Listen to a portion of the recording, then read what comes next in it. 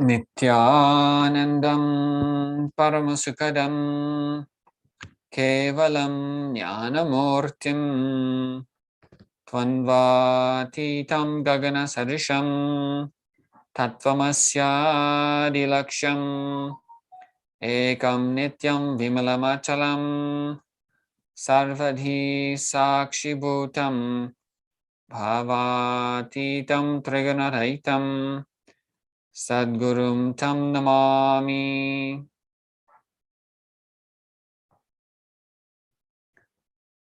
Namaskaram, everyone. Welcome to Hinduism Now Global Press.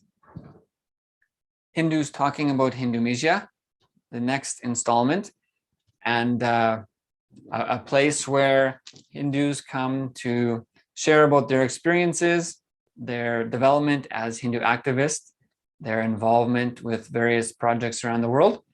And we have as our guest today, Sri Nithyananda Paramashivam, who's going to share with us today.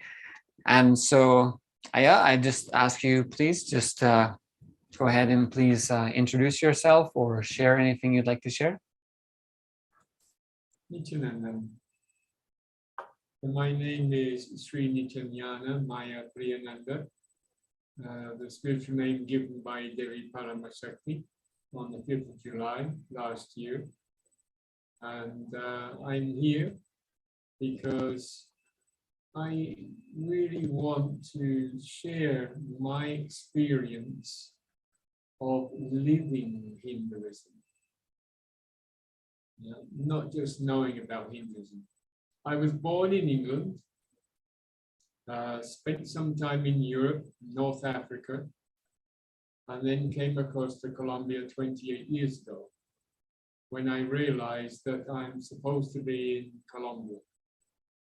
All the time I was in England, I was continually accompanied by Hindu families. There was always that aspect there. And also contact with South Americans, continual contact with indigenous people, including people from Nepal, just out of the blue. Totally unexpected meetups with people in Hinduism and what's related to Sanatana Hindu Dharma. So it just became, unavoidable, and I just couldn't ignore it anymore.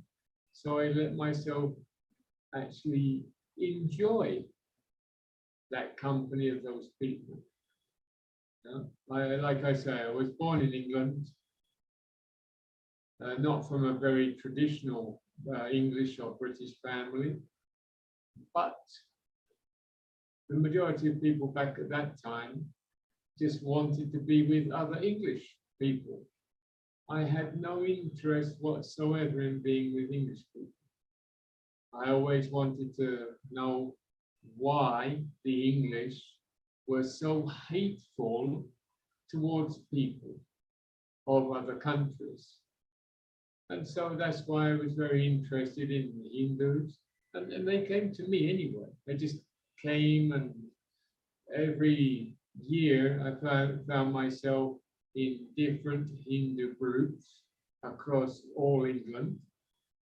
And I could never understand why, especially my stepfather, hated Indians and Pakistanis and Bangladesh. I just couldn't understand why. Because my experience was absolutely beautiful people. Yeah. Divine grace would be the word used back then, many years ago. Yeah? And so that's like the very straightforward background of me with Hinduism. And so I became I started identifying myself so clearly with Hinduism. And so I was then rejected by the English. Yeah, exactly. Yeah. I was rejected by the people I was born from. because of my getting in contact with the target of Hindumisia in England. So I decided to go across to Europe. And again, I was surrounded by Hindus, fortunately, wherever I went. And I noticed it wasn't just the English. Anybody in their own country where there were Hindus or indigenous, I started to notice the natives just hate these immigrants, as they refer to.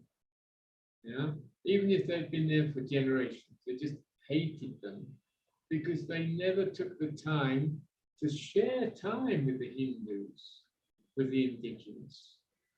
And so they just rejected them.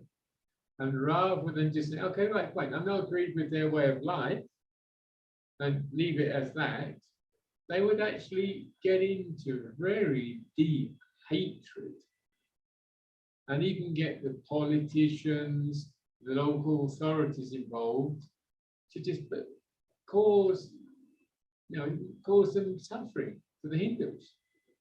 And the Hindus and the indigenous were never causing any suffering to the natives.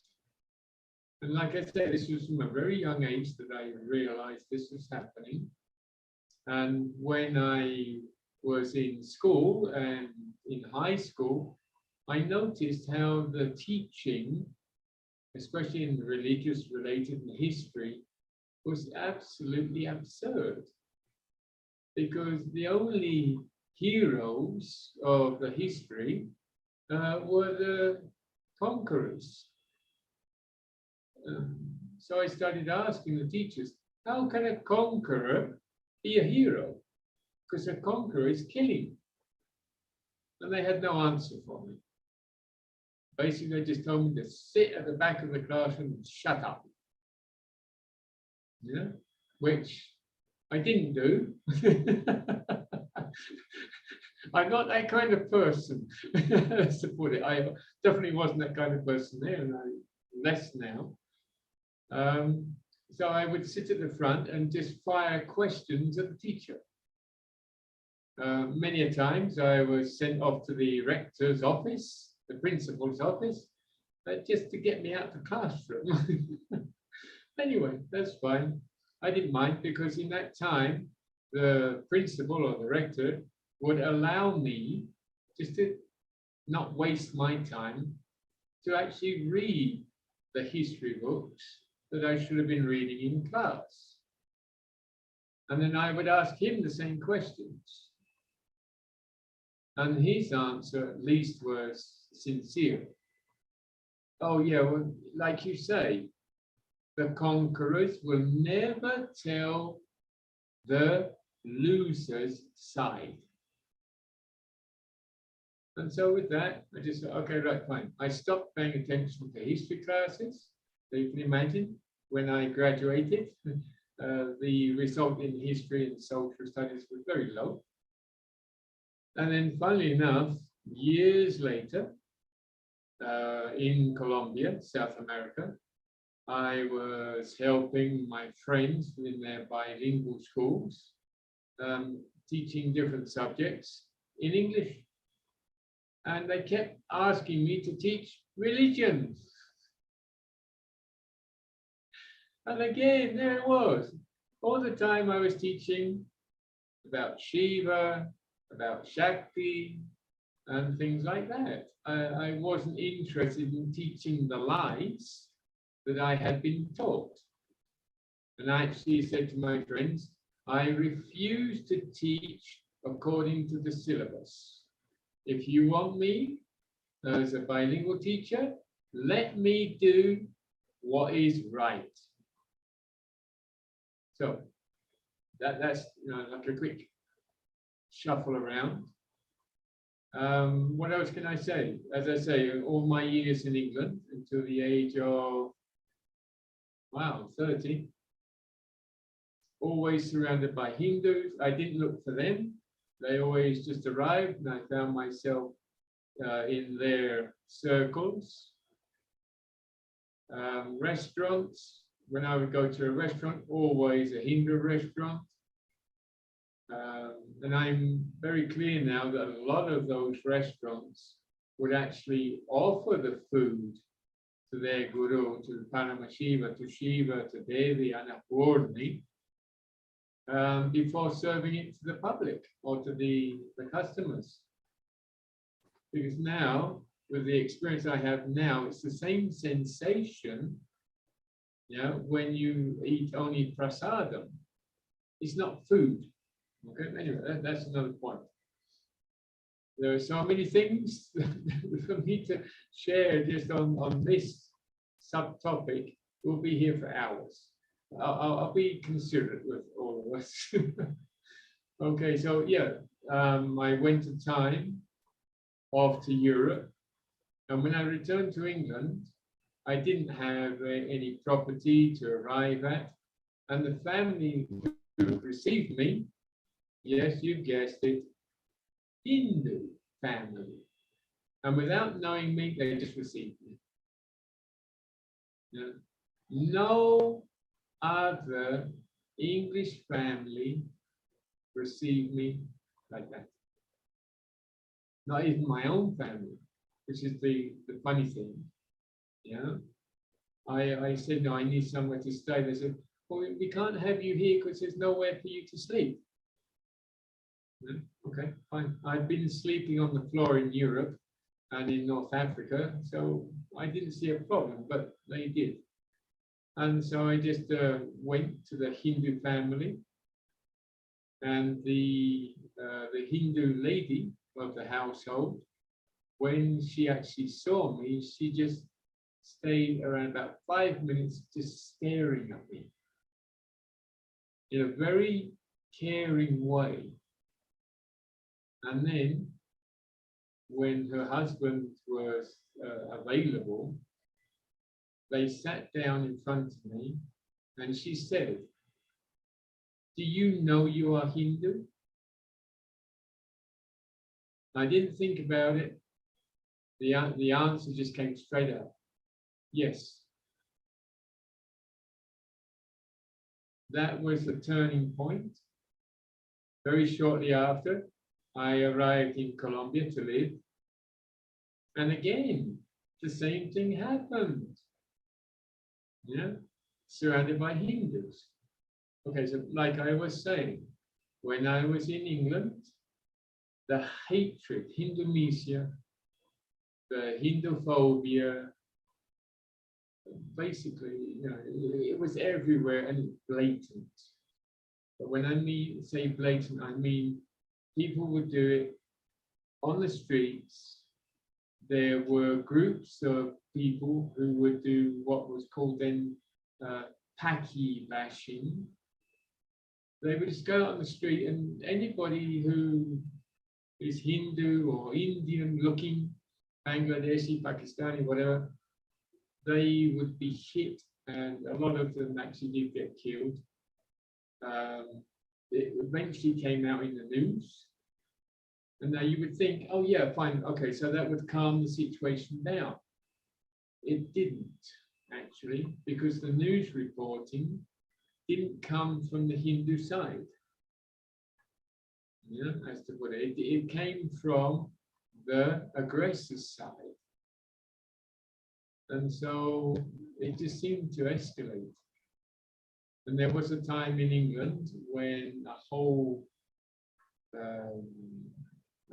neighborhood of Hindus was basically locked down by the other locals. They just locked the people in there and started throwing in firebombs. The police had to come along because that's their duty. But they didn't do anything to protect the Hindus. Nothing at all. I was absolutely devastated because I was watching that on the news as they were presenting it. And the tears were just flowing, seeing how the people or the culture I was born into was able to kill and burn alive in this century when supposedly civilized. And with that, I just, okay, fine, no more of this. I don't want to be identified anymore with British, with English, with these Europeans. And now that I'm talking here, it's come very clearly as a memory, as to put it, when I was in France. The Hindu community there was basically treated like trash. But I mean, not even nicely treated as trash. You know, nobody of the natives had a good word for them. When I traveled down to Austria, it was the same in Switzerland, the same in Belgium, I noticed as well. And when I would present myself, I would never say that I was English. Never. Because I felt so ashamed. Because my only image of the English was absolute racists. So, you know, why would I want to identify myself with that? Because my best friends, and to the day, have always been Hindus. Always. No exception whatsoever.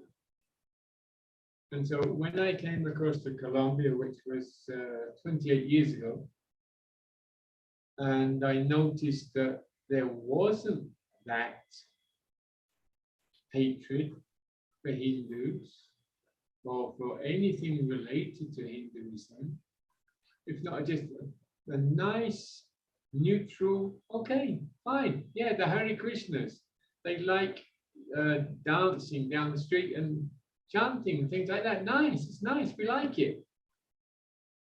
People wouldn't say that, you know, that's terrible. Simply, yeah, it's nice. The only place with time that I noticed that there's, to the day, though it's not so much now. Now that we're talking about this, I'm noticing it's really dropped a lot. The only resistance that I've ever noticed is really in the political, the governance, yeah, and always in the church, because the Catholics don't like something that they can't explain to their public, the same as the Christians. This is what I've noticed. Rather than taking time to listen to Hindus, simply, no. Yeah, they worship cows, they worship images, they worship statues, and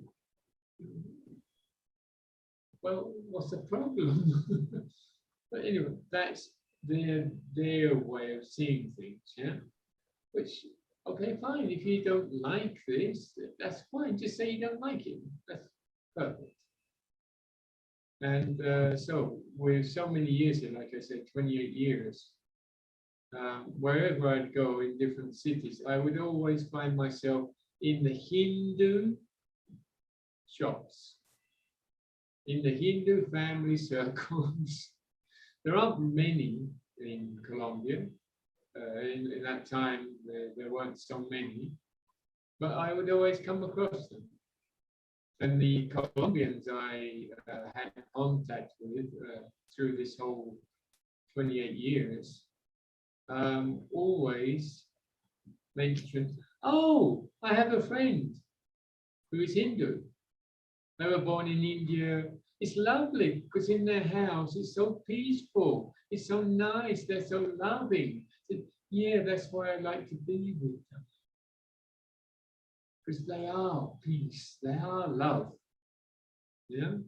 And if you enjoy it, let's get more involved. And to keep it as brief as possible, because as I'm talking, there are so many things that are just unveiling that I can see. Oh my goodness, I didn't see that back then. Now I can see it. The only time I ever heard, this is in 28 years. Just one moment. Okay, so we just need to stop for a moment because it's a lot for our viewers. So we're going to okay, so you shared many things. I need to stop you because we need to we need as the viewers, we need to try to make sense of some of these things. Okay, so there's a lot of things you're sharing, and some of it's coming from this time period, that time period, this country, that country, and so that's great. So okay, good. So okay, so you shared a lot of the experiences, shared a lot of your travels and experiences in different places. Okay, so now then, okay, good. So can you just tell at this point now, and again, whatever you're comfortable with, if you don't want to answer, you don't want to tell specific, I understand sometimes there's personal things people, for various reasons, will not reveal, so that is okay. So please just be comfortable to just say next question, no problem. So then from that point, can you just tell, so yeah, where are you now? What are you doing now, if you're comfortable to say, and we'll just get an idea of how you are now. Okay, right now, I'm in South America. The country is Colombia. I'm right in the center of the country, in a state or department which is called Boyacá. It's basically the center where the indigenous tribes are. Here, offering Kailasa in the capital of the sun, Surya. This place is called Sogamoso. There's a sun temple here where the indigenous from all the Americas come together on certain special dates to worship Surya, as we know them, which is the sun god. Okay, there's something very similar in Mexico. It's very similar here as well. There's another place, I think is in Argentina. I'm trying to check up on that. But it's basically the center in Colombia for the indigenous. Other than that, there's the Sierra Nevada near Santa Marta, on the Caribbean coast. And these are the two centers, as to put it. And as I was saying earlier, everything has always drawn me back to Hindus, to indigenous. Mm-hmm. And right now, I'm involved in Kailasa, the Hindu nation, civilization nation, and I've been invited, without looking for it, I've been invited to a meeting of 74 indigenous tribe associations. So it's not 74 indigenous tribes, it's 74 associations of indigenous tribes. And that's in 2 days' time. And basically what they're interested in is, what is this Kailasa that you're talking about? So I will go there, but as is the case with this, it's a question of listening to them. This is what I'm really going there for. I'm not going there with a speech. I'm just going to arrive and say, okay, guys, please tell me about your situation. Tell me what you need. And let's see what we can do together for that to happen. That's the only way that I've been living for the last more than 3 years. Since I've gotten so involved in Kailasa. And regardless of the difficulties, because of internet connection, whatever, electricity supply, these pure, plain evidence that Kailasa is the solution because it's just manifesting. It's just happening. Yeah, I'm here, I'm available, I'm willing and everything, in anything I can to help. Yeah, even with those, those difficulties before. Yeah, today's when, okay. So yesterday, basically, I was up on a mountain plateau at more than 4,000 meters, meeting with some of the indigenous people there, relating to a territory which is a sacred territory that is being invaded by people for tourism and mining. Mm. So I was just listening to them, just listening and listening and listening. And when they asked me, you know, what do you see here?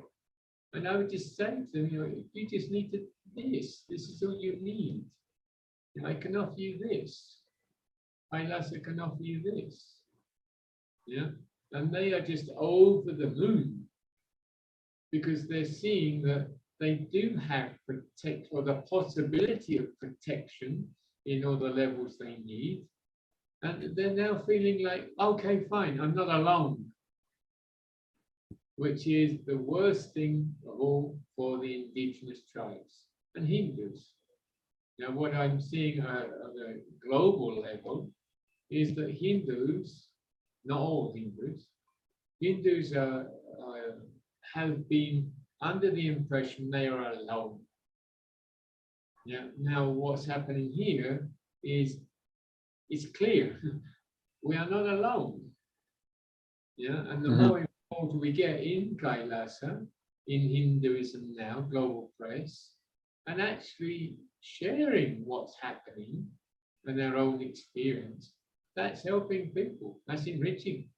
That's what we're all about. You know, as you can see, maybe the way I'm dressed. You know, I am Hindu because I decided to live this, not to just know about it, but actually to live it. Yeah, and I'm an ordained Apad Sannyas, see, and that's it. I'm living for this. Yeah. Now, for somebody who's a householder, okay, you don't have to go to this extreme, but just if you're involved, you're helping, you're enriching. This is the beautiful thing. Yeah, anything you can do, however you can do it, okay, let's do it. And anything that I can do, anything I can offer to help, I'm there. And I've now, without looking for them, the Hindus in Colombia are getting in contact with me. But because of Kailasa, not because of me. Yeah, because of Kailasa. Wherever I go, they're inviting me, oh, please come here to this home temple. Please come here to this place. Please come up to the Hare Krishna temple. Please come to the Buddhist temple, the Vaishrana. You know, it's wonderful. And now, something that's beautiful happening here in Colombia is that the Hindu diaspora is opening up to the other sampradayas. There are some that are still very closed, but they're listening, which is something they wouldn't do before. And I have open invitations to different communities and different temples, as much to stay there with them, as to at least go there and share Kailasa with them. So you know, that's what I can say right now. Yeah? Right. Great. Okay, what I'd like to do is, you know, there's a certain enriching aspect to sort of really even an individual. And again, it's, you know, it's to what extent, you know, that you are interested and comfortable and everything. But one of the, like, a good starting point, right? A good starting point is, how did you start? Like, that is a good starting point, is because there's many things we can talk about, and we're gonna have to move forward in future episodes also. So, but one of the, like, sort of the foundational aspects is sort of like, how I became a Hindu activist, for example. So could we do that? Could we look back to, like, your life? Could we look back to, like, how your life started, what happened, and how anything progressed? Can we start like that and look from that point? Yeah, I can, from the very early years, I have to be guided by what my mother and stepfather and brother and grandparents have taught me of the very early years. Mm. And focusing on Hinduism, well, my stepfather, as I've mentioned before, even though he suffered from racism, which is the funniest thing of all, he actually turned out that he was Hindu family lineage that got married into English. And so then the English kind of, like, took over, as to put it. And the family just shunned their Hindu background. When we checked into the family and everything, which is easy to do in England and Europe, it just showed it up. Yeah, the family tree went back and Hindus. Right. So there is something there which really influenced me in a great way. Yes. Yeah. Great. So where were you born? I was born in the outskirts of London, England. Okay. In a semi-rural area. As I say, stepfather, absolutely wonderful being, because he hardly ever spoke. But when he spoke, my goodness, you understood everything. Just from his looks. He was one of those people who was definitely listening. And didn't mince his words when he had to speak. Born into a middle-class family, so relatively comfortable. Didn't have any reasons to complain about my upbringing, none at all. But there's not really much to say other than beautiful childhood. Absolutely beautiful. Yeah. You had any siblings or what? Yes, an elder brother who is very much like stepfather, very quiet, very calm, listening. In years, not a word comes out of him. Okay. But he does live the Kailasa lifestyle. He does live it, because whatever he does, he's into it 100%. He's of a similar age to myself, 2.5 years older. He's a veteran marathon runner, and he still beats youngsters and middle-aged people. He still does it. Yeah. Because he says, if I'm going to do something, I do it as it should be done. Right. If I'm not going to do it fully, why on earth am I going to start doing it? So, I didn't understand that many years ago, but nowadays, yes. That's the way to live. Yeah. Right. So what was the home life like early on in your early years with your brother? You just had one sibling, you had that? Yeah, just one brother, yeah. Okay. Because of the family breakup, I guess I became quite timid.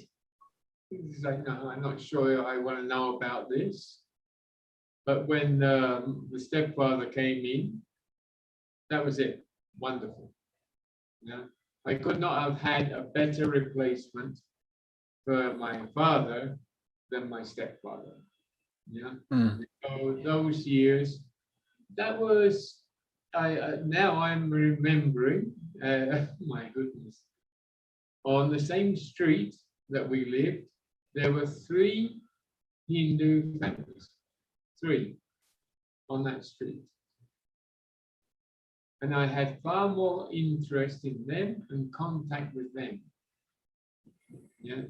And like my mother would always say, only go where they treat you right. And that's something I started noticing. They would always treat me right. I'm not going to say nicely, but I mean right. If I was doing something that wasn't the best, they would come along and just tell me, like slap. Which nowadays can't do that. That was back then. And I really appreciated it.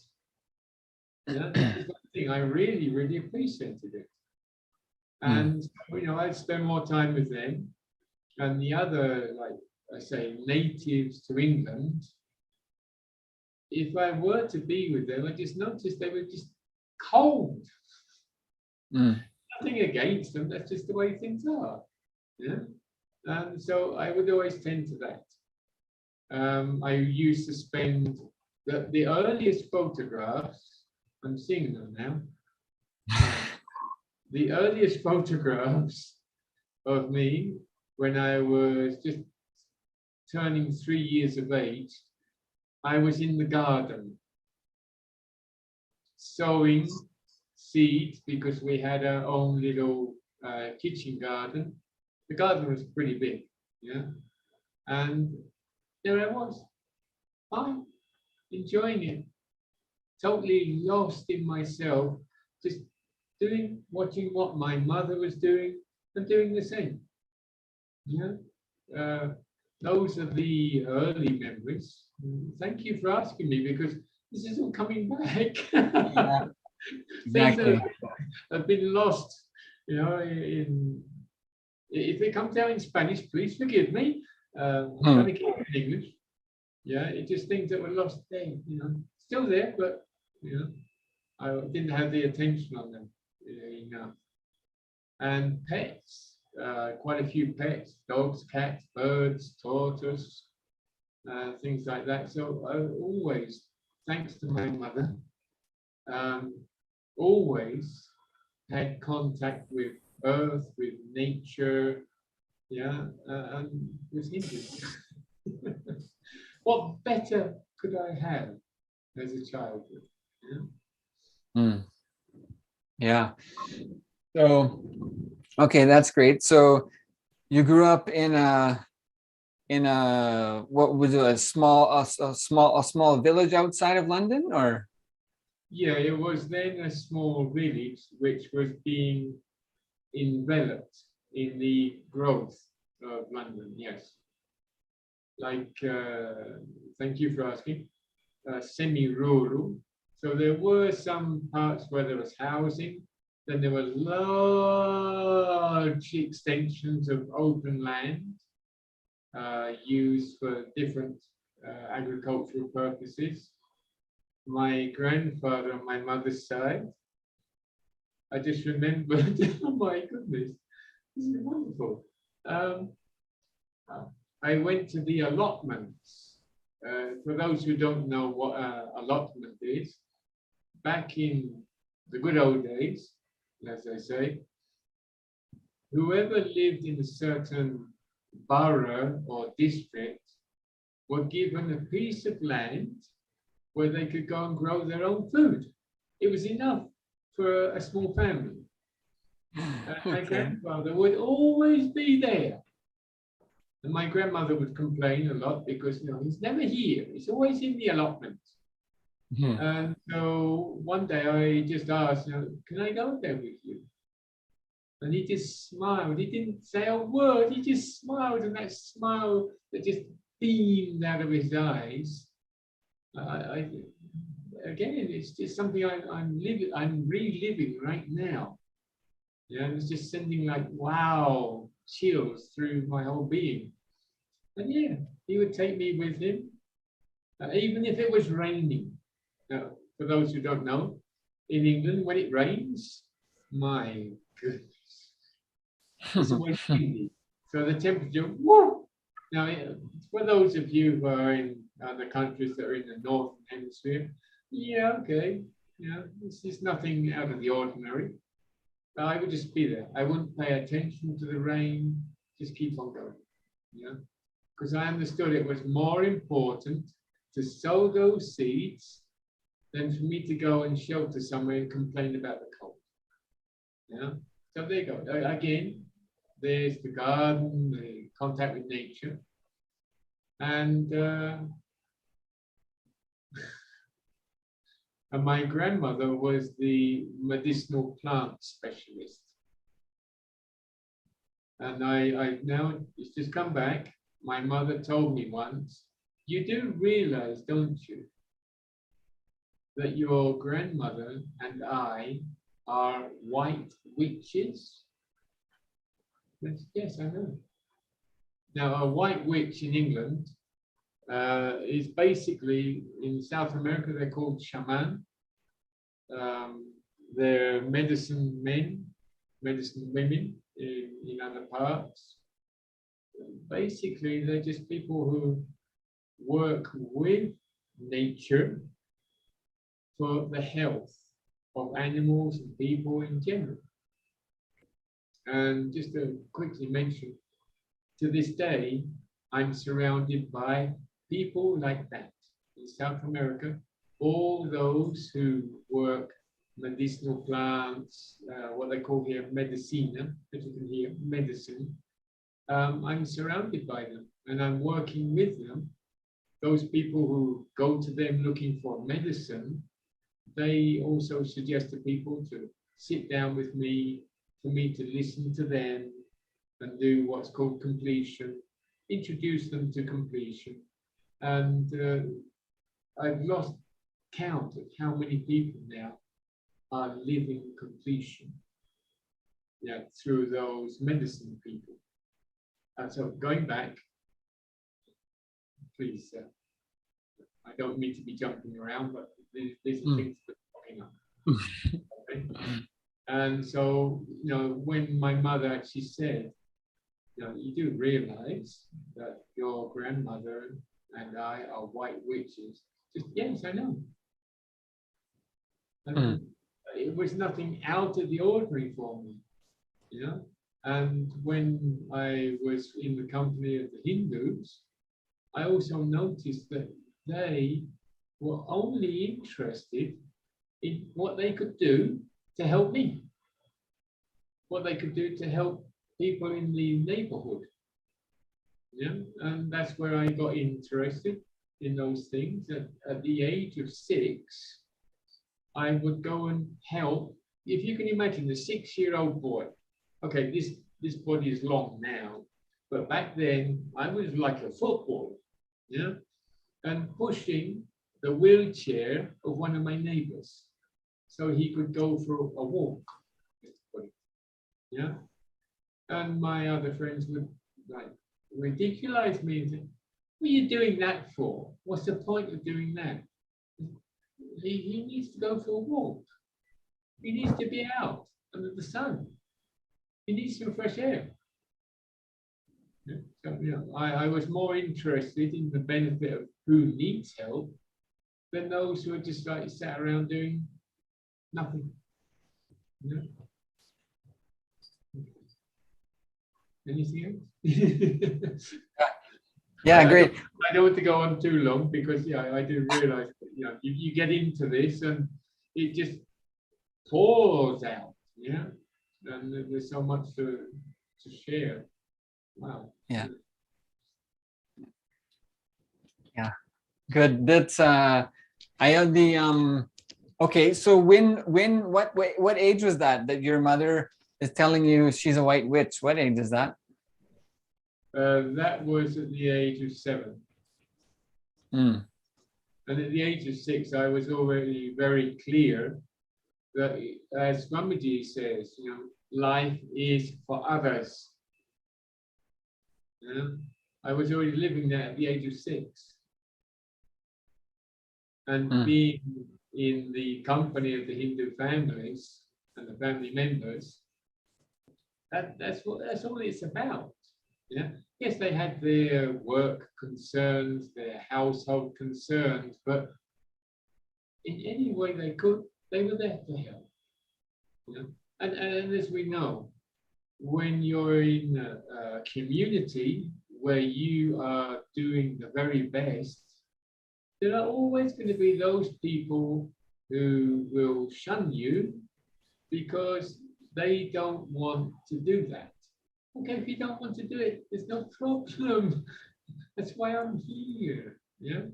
And that's something one of the Hindu friends told me. Oh, we just offer.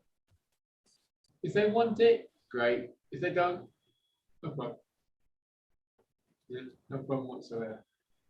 And he actually taught me to just offer, not be shy to offer. Okay, so yeah, that was 7, definitely 7. Okay, yes. Sorry, who taught you just to offer? Who were you referring to? That was one of my friends from the Hindu families. Yes, it's okay.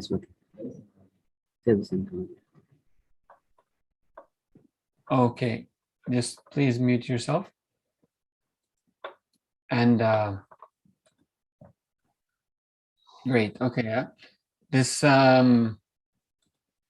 right, one of the friends. So okay. He was coming back to me so much. Okay. Then great. Okay, so that you're telling. Now we have and then so you used the term Swamiji. So you're referring to the Supreme Pontiff of Hinduism, Bhagavan Nithyananda Paramashivam? Definitely, yes. Okay. And so, right, and you had actually mentioned earlier that you have declared you've declared yourself to be living as Apat Sannyasi, is that correct? Yes, that's correct, yes. Yeah, that's more than 3, it's over 3 years now, it's more than 3 years now. Yes. Okay. And okay, great. So great. So for those who may not know, just kind of something is going on with the video switching here.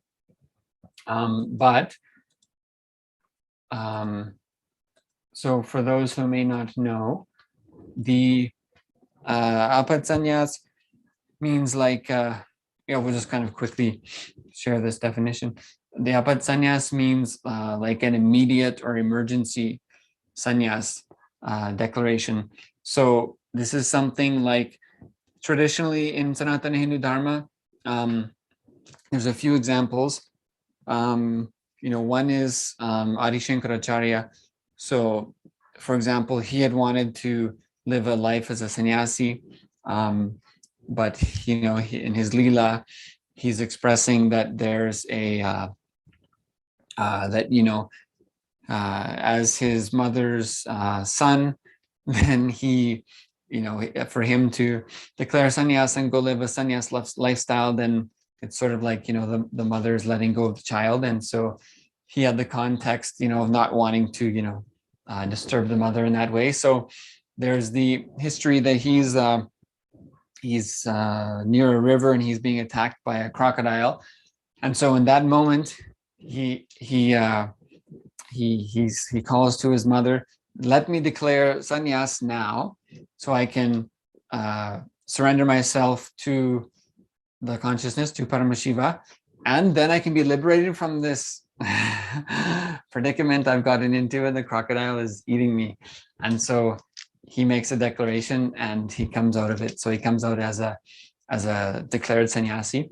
So apat sannyas is also used, like, part of the history of Sanatana Hindu Dharma is that, like, the only reason that the temples are still preserved to this point is through the for example, Nat Sampradayas, the Naga Babas.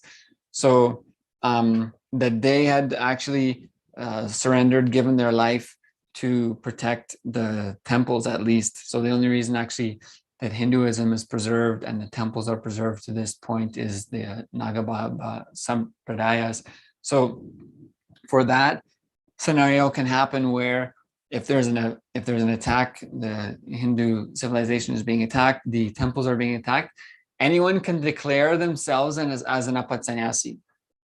So in that moment, so then it means taking ferocious responsibility to stand up for Sanatana Hindu Dharma. So anyone can declare themselves as an apat sannyasi and immediately take up the responsibility. So, for example, right, it's throwing away the clothes, taking the bath, smearing the bhaisma, taking the kavi cloth, and declaring yourself as an apat sannyas. So meaning that you're giving your life to Sanatana Hindu Dharma, to be an activist for Sanatana Hindu Dharma, to take responsibility for that and for the enlightenment ecosystem. So this is actually the only way that actually Sanatana Hindu Dharma was protected and preserved till today, was the Naga Babas and those who had declared the apat sannyas in the emergency situations to stand up for what is needed for Sanatana Hindu Dharma. So great. So Sri Nithyananda Priyananda sharing that he has also made that declaration.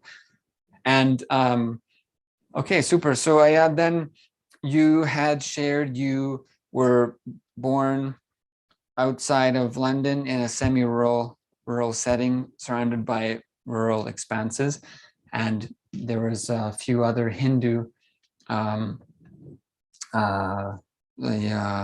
families on the street, and you had a younger brother, and you at some point, we can get into that further, you had a stepfather, and around the ages, your mother around the age of 7 had told that she and I believe her sister were white witches, which you had defined as using natural healing herbals and methods to contribute to supporting the health of the community.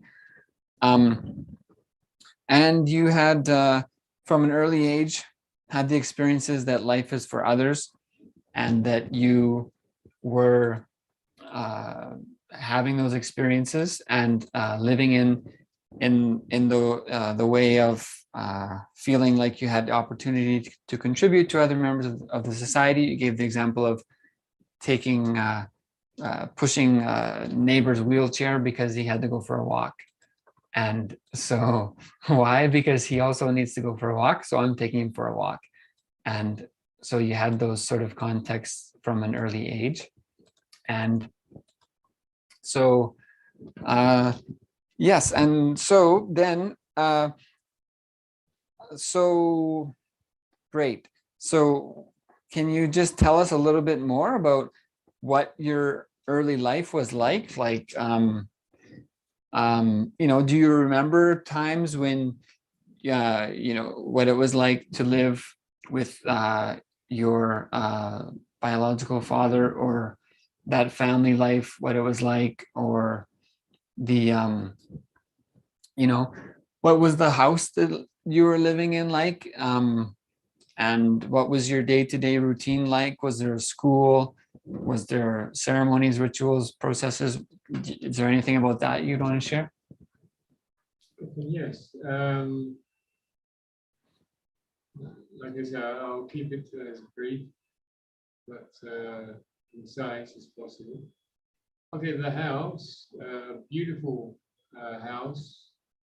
You may have seen in England, there are many houses that have the wooden structuring and the panels between, and the windows are not a single pane, but what I think are called LED light windows.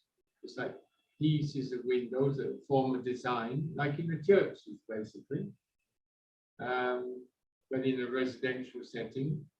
A comfortable house with 3 bedrooms, the bath. It wasn't just a bath, it wasn't a shower like here in South America. It was an actual bath. And I used to love just sitting in that nice warm water. And I'm not clear as to whether it was or not, but I used to just drift off. So I guess that's like a meditative state, going back then. I'm trying to determine whether it was really a meditative state or just a daydream state. So yeah, if we talk about when I was 8, I started to realize that schooling was, for me, it was a pure waste of time. Because whatever the teachers would be telling me, it was only confirmation of what I had already understood. My mother did take the time to orient me. She basically educated me or schooled me at home. So when I got to class, I always knew what they were talking about. When they would set the homework or the work to be done in class, I would be very quick to get it done. Because I already had the context clear, I already had the idea of what they were going to be talking about. And I did realize that you don't really learn anything. A better definition of learning is just confirming what you already have as knowledge in you. The majority of it was absolutely obvious. Maths classes for me were just absolutely like, what am I doing here? I do remember, but that's later in life, so I'm going to stick to around about 8, 9 years of age. Like I say, in school, by that age, they had decided that I should wear glasses. As you can see, I don't wear glasses, I don't need glasses. But at that time, they decided, oh, look, he's at the back of the classroom. It's a classroom that's so long, it looks like a football pitch. And the teacher would write with very small letters. So obviously, I had to squint a little bit to be able to make sure I wasn't mistakenly copying. And so they just mentioned that I need glasses. And so my mother, feeling that she had to do the best for me, took me to the opticians, and the optician, obviously, even with me almost screaming at the top of my voice, I don't need this, I can see perfectly clearly. The optician just carried on, did his job, because that's his money, that's his income. And I was very clear, and I told my mother, come on, this is obvious. Now, I talked in other terms then, I just like, obviously he's getting what he wants. What about me? And so all the time I would take these foolish glasses off, and I could see clearly. Every time I would be seen by my mother, by the teacher, it was the ruler on the back of the hand, put your glasses on, put your glasses on. So, okay, fine. To avoid that physical attack, and something else has just come back as well. I'm ambidextrous, but I tended to use the left hand at school. And the teachers carried the idea back then that using your left hand was sinister. So they forced me to use only my right hand. So the being ambidextrous just kind of like drifted off. And the creativity level also, I noticed, was dropping down. Because at the age of 8, I was able to use ink and just draw anything without a single mistake. Now, obviously now I know what this is. It's the expression of what we call Saraswati. Yeah. And so just with ink, not a single mistake.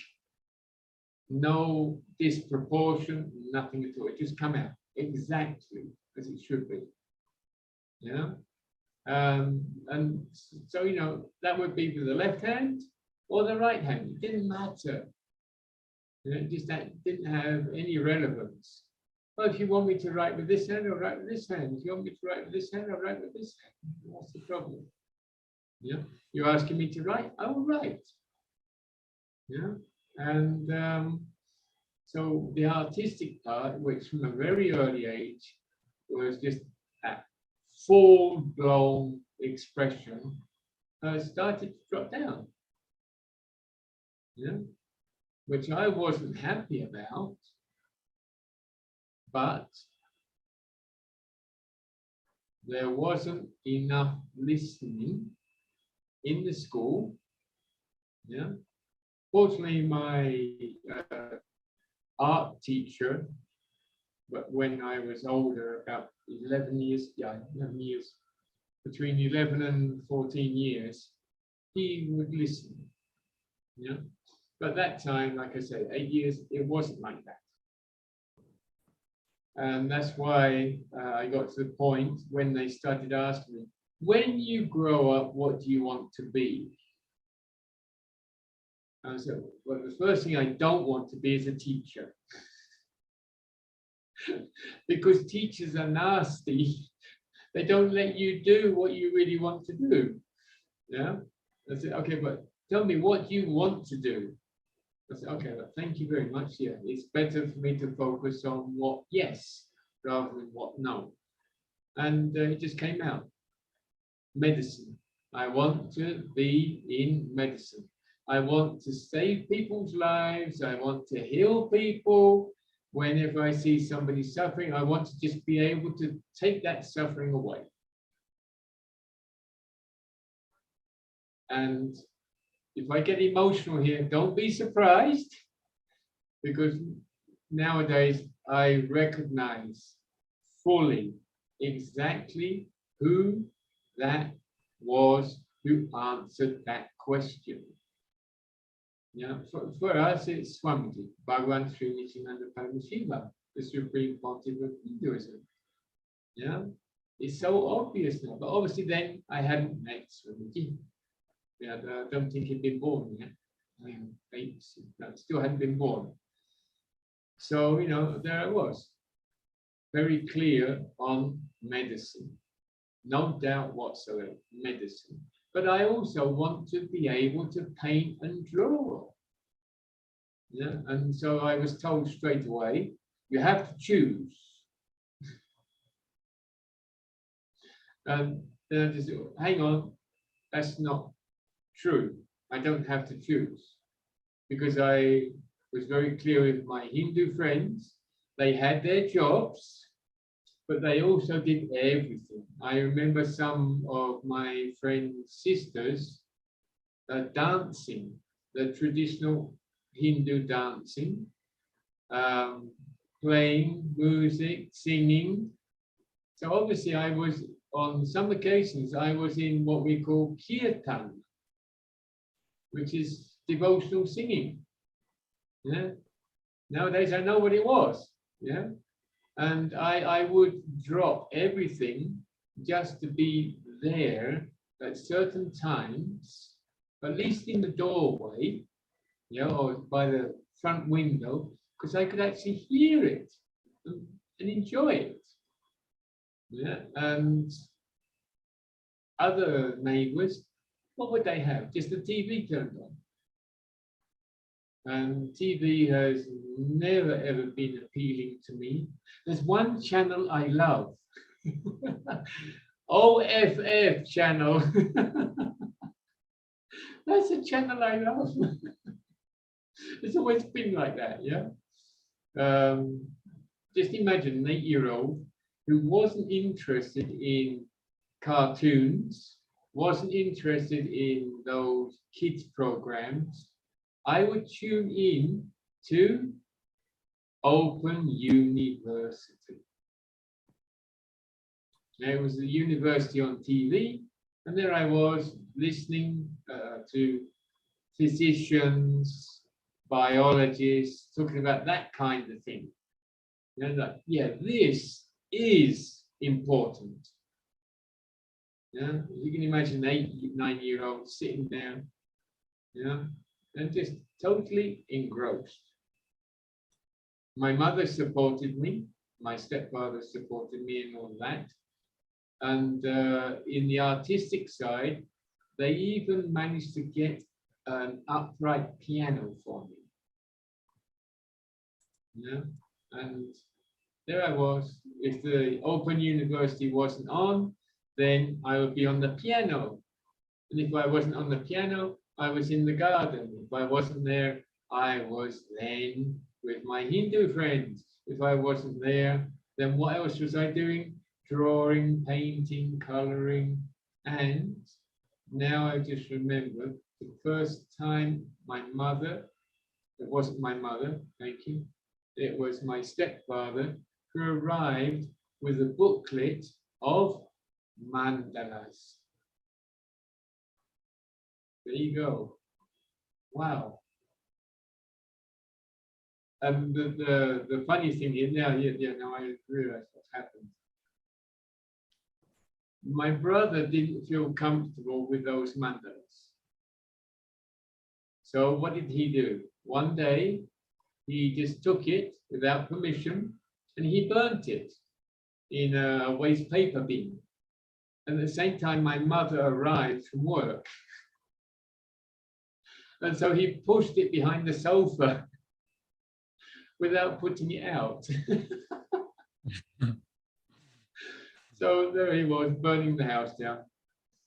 Okay, yeah.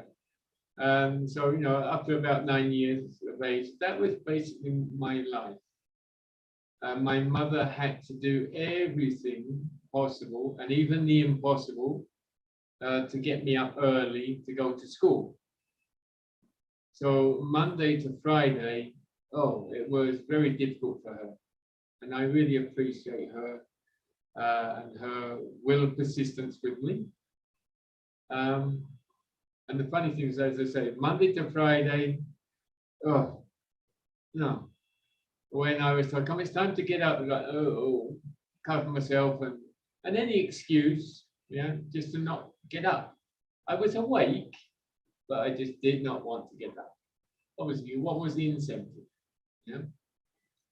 And so on Saturday and Sunday, no school, I was up before the sun in the garden playing piano.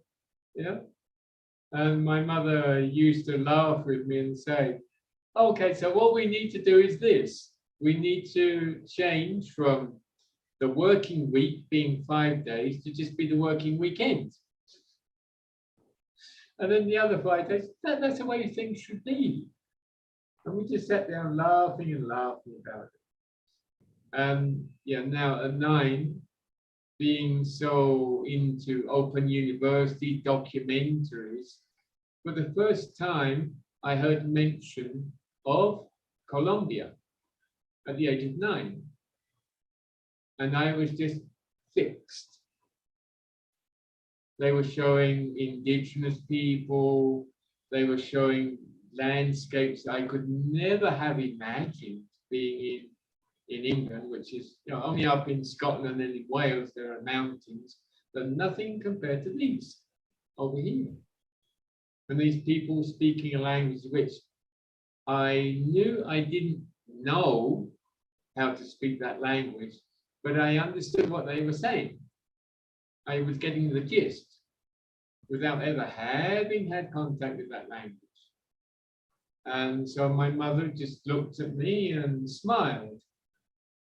And I said, I like Colombia. You know, a child of 9, very simple in their language and expression, beautifully innocent and sincere. I like Colombia.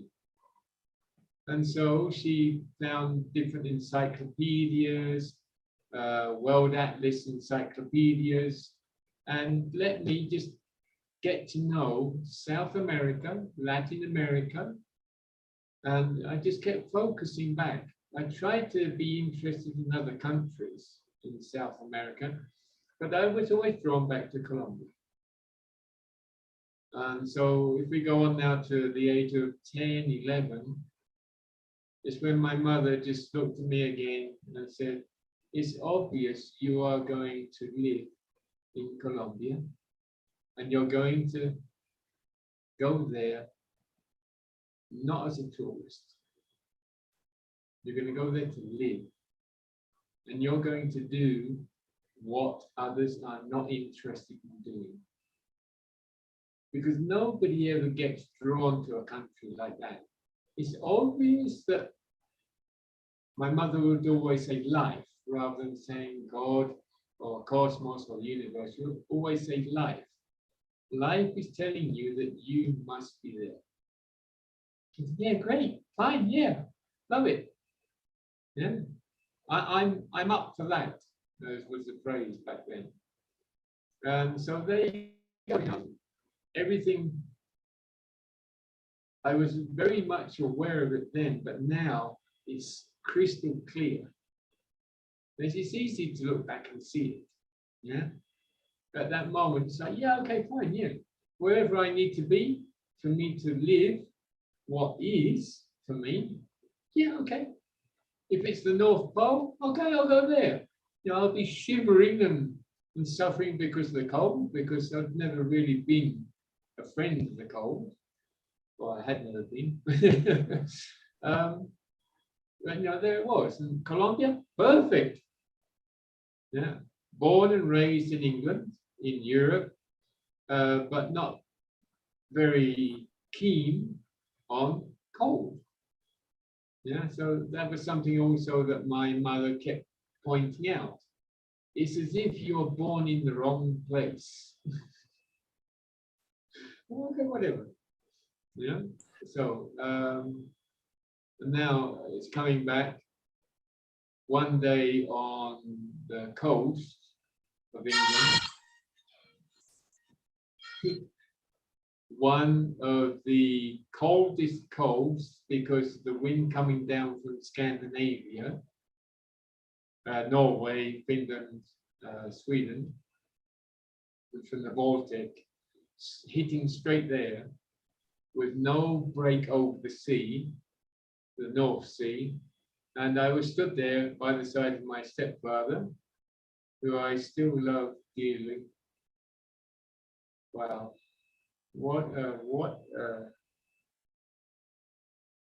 Yeah, it's a pure gift from the cosmos. There's no doubt about it. And there I was on facing out to sea with him by my side on the left side. And the body was just shivering. I just couldn't control it. And he just said, breathe in deeply, open your chest up. You won't feel cold. And so I didn't even think about it. The body just responded as if he was controlling the body, which I didn't resist in any way. Just okay, fine. And the cold just disappeared. I was rejoicing. I was jumping up and down for joy.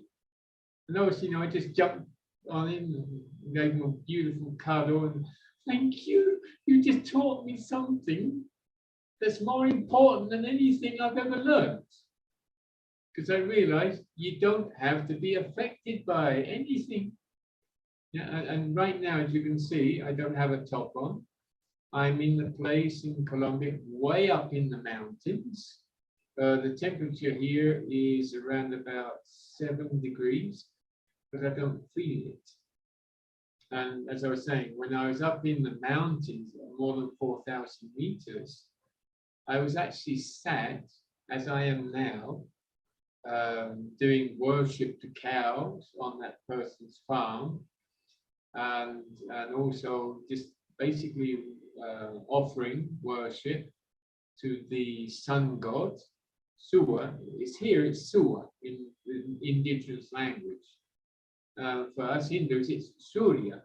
You can hear there, it's just a question of pronunciation of some sounds has been dropped with time, but it's Surya, it's Surya, it's the sun god. And with a wind running at about 20 kilometers per hour, biting cold, the other people around me just covered up with woolen clothing and covering things like what's here. This here is called a ruana. You can see the head. You put your head through here, and you're covered. Yeah, and they're covered up with 2 or 3 of these, and full jackets and everything, and even covering their heads and everything. And I'm just like this. I'm just offering worship to their sun god for them, their sun god. And they just couldn't understand how the body wasn't shivering, and there was no sign of the body feeling cold. Okay, so that was something learned from the Hindu in my stepfather, because that was obvious. That was one of the cosmic secrets. Yeah? And that is one of the things that I keep hearing amongst the yogis and sanyas. Yeah? You're only affected by what you decide to be affected by. Yeah? It's not necessary. And so, okay, if we go on to 10, yeah, okay, fine. Yeah. Just one moment, Aya. You go ahead. Okay, your stepfather wasn't Hindu, was he? It turned out that his family line is from Hindu, yes. Mm. He considered himself to be English. Mm. When we looked into the family history, it turned out that they were Hindus that came across Europe and arrived in the south of England and married into very rich families. Yeah, but obviously became mixed. But it was obvious because of his way of living, that the Hindu was still there. Because in his work as an accountant, company accountant, diligence, supreme diligence, and that's why he had so many difficulties with his work colleagues, because they would say he was showing them up. Yeah, rather than just say, okay, well, fine, how can I be diligent like him? Yeah, they were just going a different way. Yeah. And in the family as well, regardless of the difficulties, circumstances, whatever, he never ever had a fight or a discussion with my mother. Never.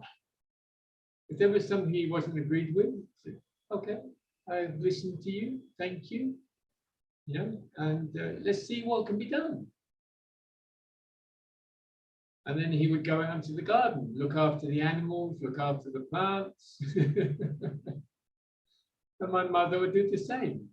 Yeah. Rather than staying in the problem, they would do everything to basically just solve things. Yeah. So my mother was strongly influenced as well by the Hindu attitude. Yeah.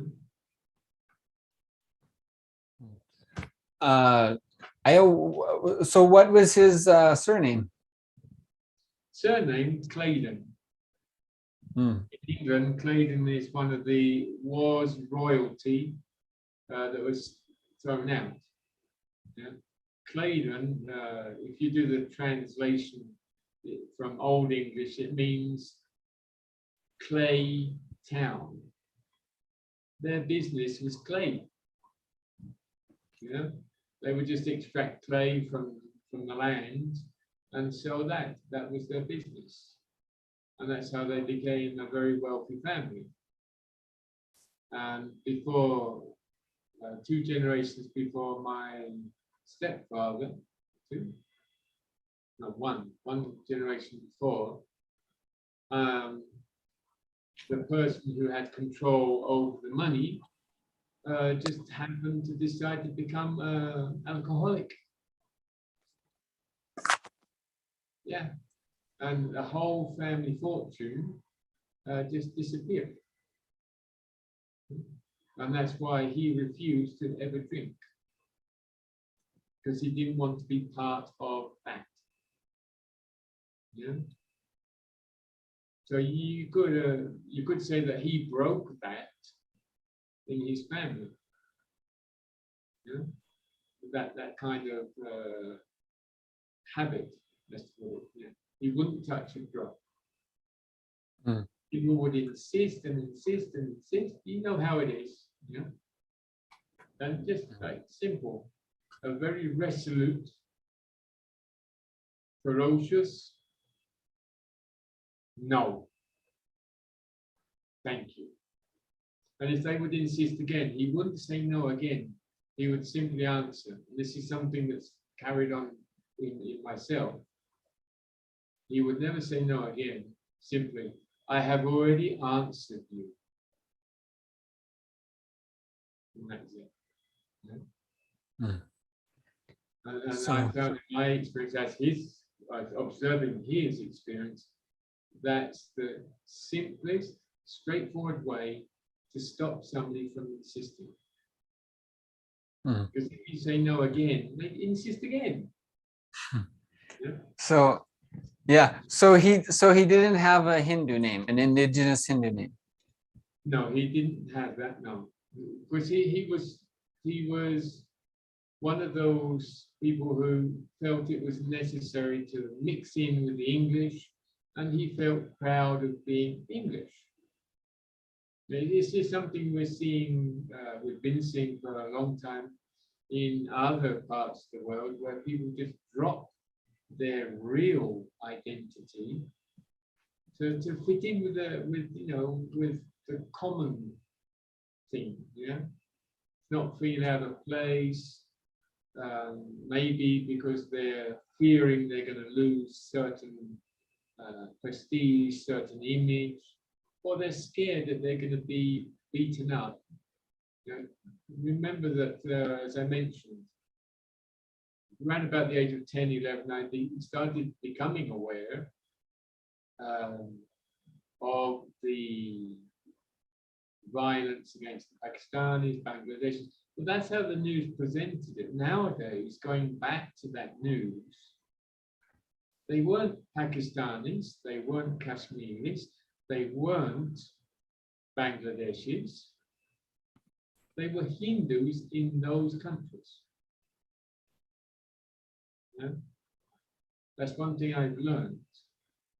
Because I do remember very clearly all the news about the Kashmir situation. And everybody said, oh, they're Kashmiris. We know now it wasn't everybody in Kashmir that was sent out or dead or alive. It was just the Hindus. Yeah. So, you are reporting a great deal on these things, and I thank you so much. Really deep within, because this is what the world needs. No more lies. Come on, let's tell things exactly as they are. Yeah, no more fear. Because look what living by fear has brought us to, the brink of extinction. Yeah, there's no need to fear it. There's only a need to live it, but in a way that helps others to see why you are living it. Yeah, don't force it down their throats or anything like that. Just like, oh yeah, hello there, I'm fine, I'm really happy here. You know, I'm here worshipping Shiva and worshipping Paramashiva. You know, I'm here listening to Swamiji, Bhagavan Sri Nithyananda Paramashivam. I'm here listening to some devotional songs. Would you like to join? Right. So that's great. Okay. So okay. You said you were hearing about Kashmir. What year is that? I'm not sure about the year. I have always remembered Kashmir. That's the only thing. I'm not sure about the year. I can check back again and look and see what the year was. But Kashmir was something that was always marked in me. Because that's when I started to realize, hang on, you know, there's something fishy, as we would say in England back then. There's something fishy here. Exactly, yeah. You know, at that young age, and I was just like saying, no, hang on, this is not as they are telling me. Yeah. Remember, by then I was into encyclopedias, and so the analytical part was very much awoken and developed. Yeah. And as I said, quite uncouthly, as my stepfather would say, you know, you can't throw your on me because I'm not going to eat it. You know, but these people would come along and talk about things like just repeating what they're hearing in the news, which is given by people who don't share the Hindu views or the Kashmir views. Just like, you know, oh, that's happening over there, and who cares? Yeah, that's their problem, which is a phrase which we hear far too often today as well. You know, that's their problem. It's not their problem. Anybody's problem is for me to be responsible. Yeah, and I was starting to get into that way of understanding and living back then. That's why I started at the age of 11, insisting that, you know, I could be involved in what was then referred to as charity work. Yeah, I was desperate to do whatever to help whoever in whatever way, you know, even if it wasn't really helping them. I needed to be in that. So we still hear their name. Oxfam is the first one I got involved in at a very young age. Obviously, there were certain things they said you can't get involved in this. You know? But whatever I could do, helping out in the Oxfam shop, there I was. You know, later on after Oxfam, it was the Cancer Relief Foundation, I think it was, in England. You know, basically wherever I could be to help out, there I was. Yeah. And even if I only had 5 minutes, I was there for 5 minutes. Yeah. And that's something I picked up thanks to the Hindu families on the street and their family, friends, and things like that. Yeah. Because I noticed that that's what they were always doing. You know, I was not a dumb kid. If I see people who are eternally, perpetually joyful and rejoicing and singing and, you know, just like living, then I'm going to live like they do. Yeah, I see the other neighbors who are like really sad, miserable, and like, okay, yeah, no comparison. It's just like, what are you going to choose? The stale bread or the fresh bread? There's no need to even answer it. Yeah? So, all right. So then you,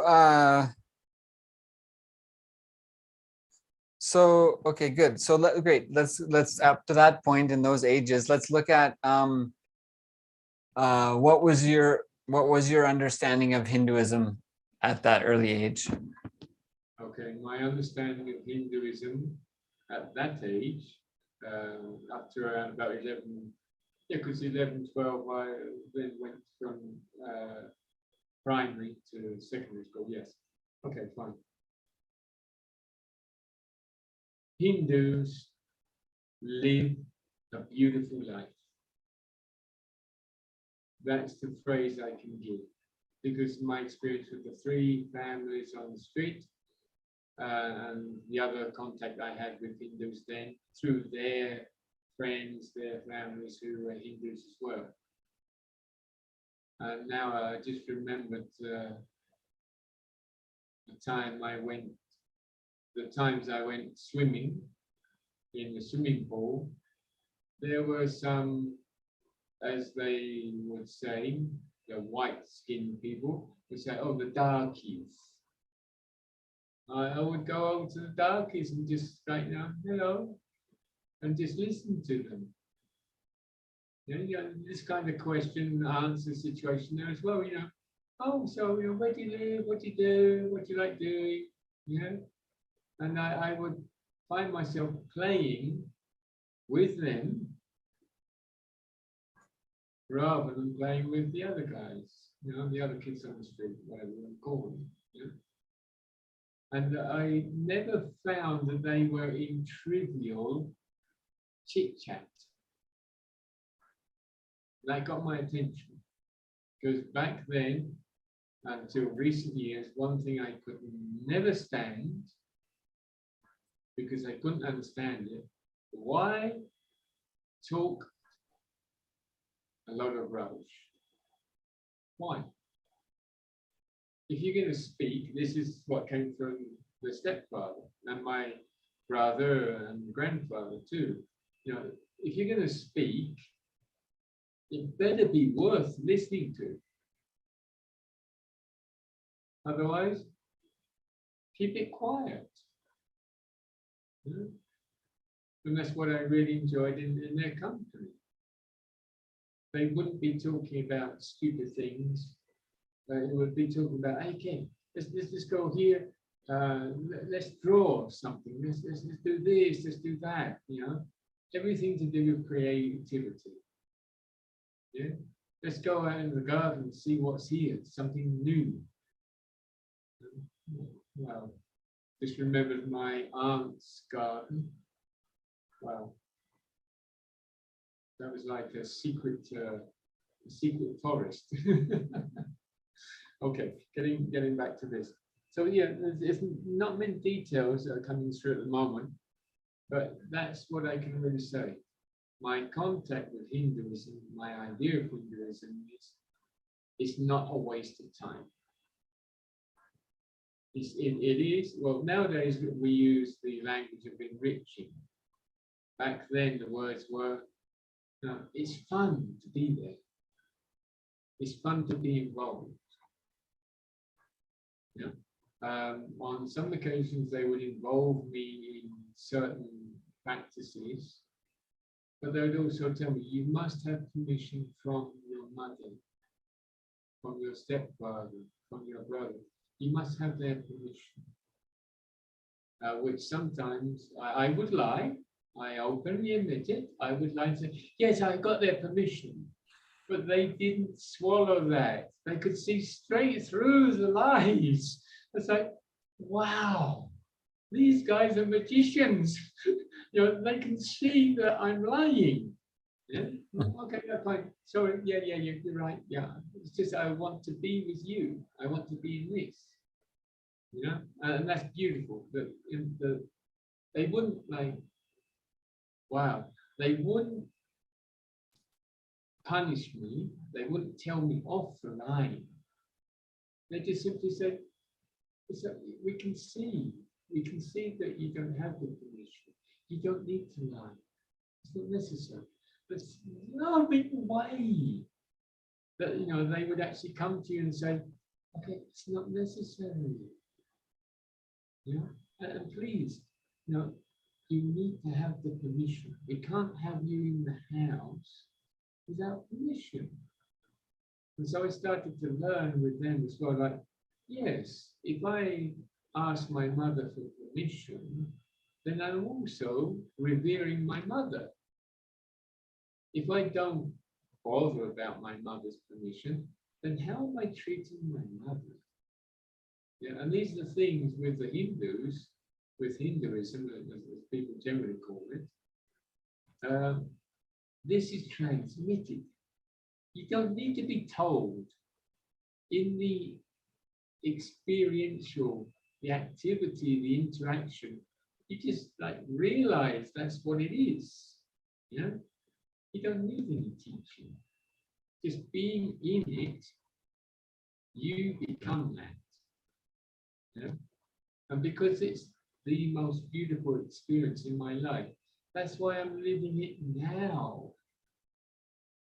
Yeah, 50 years, almost 50 years later, I'm living it, and very proudly, I'm living this as a sannyasi, which has just been explained.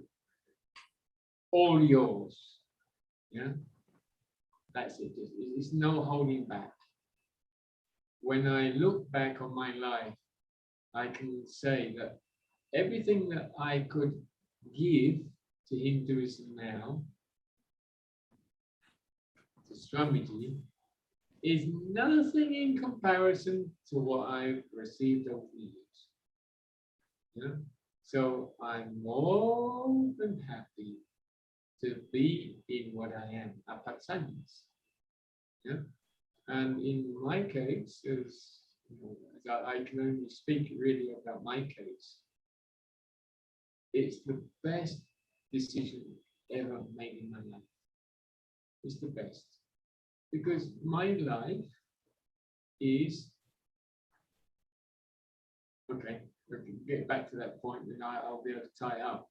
You know, this is the best decision ever made in my life because I'm actually living, giving life to others, which is something going back to 10 years of age. My stepfather and my mother just very nicely commented on how my stepfather had saved the life of another fisherman.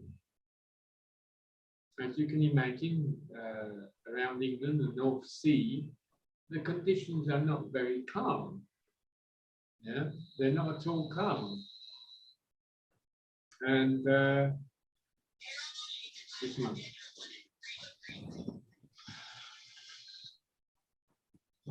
The conditions out at sea are not very calm. And one of the boats just overturned and hit the other fisherman on the head, unconscious, immediately. And even in that freezing cold seawater, in those very dangerous conditions, my stepfather, without a second's thought, dived in and brought him back up to the surface. Yeah.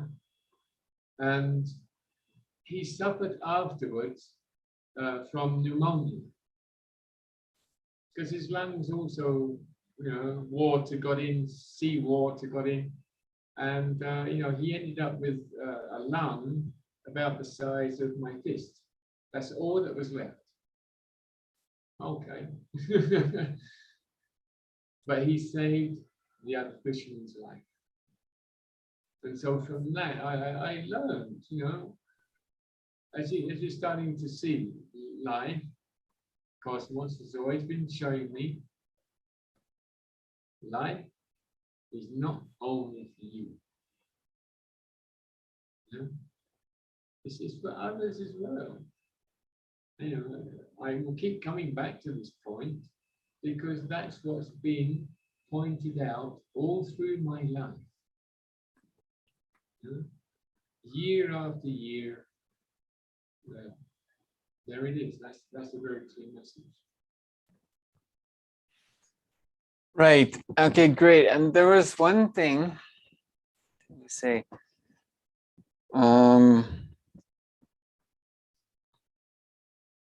yeah, you said that whatever you can give is less than what you've been given. So that is one thing. I just wanted to repeat that. The other part was going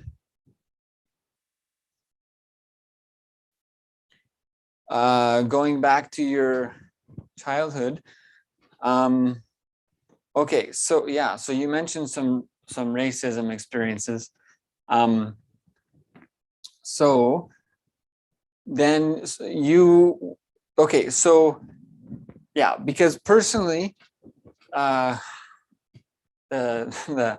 city where I grew up, there was very little ethnic diversity. In Canada, there's a it's what people use the term WASP. It means white Anglo-Saxon Protestant. That's what it means, and people say that. And actually, the part of Western Canada where I grew up, the exact sort of section that would be sort of, if we said 100 kilometers, if we said 100 kilometers by 100 kilometers, that little section where I grew up, it could possibly be the most white Anglo-Saxon Protestant section of all of Canada. If you look at the entire country, there's a good chance that it is the most, like, although Toronto, Ontario area is like that, there's also, but anyway, so anyway, and so yes, so then we also had the reservation communities where they had sort of centered indigenous populations there. But other than that, there's very little ethnic diversity. So you're saying that you grew up in, even if you talked about your neighborhood or your street, so you're saying you grew up in a neighborhood where there was Hindu families, because we didn't, or I didn't really have that exposure. Yes, the three families. It was a long street. It's actually called Avenue. Yeah, Avenue. And I'm trying to get a number of how many houses. We're talking there about, okay, here it comes. 82 houses. So out of 82, wow, yeah, 82 houses, let's say 100, just to keep it nice and easy. Of 100, the 3 were Hindu families. And you could see there that they were Hindu family homes from a long way off, because the beautiful colors they would use. Yeah? Everybody else had their black and white house, or blue and white house. And there were these beautiful mauve, yellow, sky blue. Yeah, they're like, wow. It's, you could see you knew where the Hindus were, just from the facade of the house. So you're saying you spend a lot of time with specifically those 3 families? Yes, and their friends and relatives, yes. I think you could say that I did become English phobic or British phobic. Because my experiences with them were just like, this is like being in a graveyard. This is like being dead. So I don't want to be with them. If they invite me, like, oh, do I have to go? Mom, do I have to go? Well, that's boring. No, I don't like it. I prefer to be at home with the creativity and things like that, to be with you, Mum, or go to the Hindu friends. That's what I'm trying to get across to, is this. Now, my experience with Hindus is it's life-giving. Yeah, it's always been life-giving. If you can, here we go. Okay, you go to the river, yeah, in a tropical river, and if you go into the river, there are those bloodsuckers, leech, I think they're called, if I remember rightly, yeah, leeches. Yeah. So you come out of the river with about a pint less of blood in you. I mean, this thing stuck on your leg, and it's like just about to explode, you know. And that's how I felt in the native, as to put it, the native people's company. Whereas when I was with the Hindus, and not only the Hindus, but also other non-native families, I felt that I was just like being charged, the back of it is being charged. Yeah, far more in the Hindus. And right now I am remembering peeking into the puja room in one of those houses. My goodness, thank you. This is something that's definitely well and truly buried. It looked definitely, it was like the Nataraja statue, because the leg was up and everything like that. And I do remember like the Trishul as well. That's what I do remember. I can see now. And what really got my attention was gold. Because back then in that culture, gold was only for you to wear, for you to show others, like, oh look, I'm using gold. Yeah, but there was this statue or artifact there. I didn't know whether it was pure gold or not, just like, wow, they use gold for that. Yeah, and seeing that creativity, that artistic element, that was it. Yeah. So I want to do that. I want to be involved with that. Yeah, and because of those beautiful moments, look at it very carefully. You can see how beautifully Hinduism just started sprouting. I think I'm going to use sprouting in my life. Yeah, it didn't come in by force. You're just there like, no, okay, hello. Yeah, a beautiful way of doing it.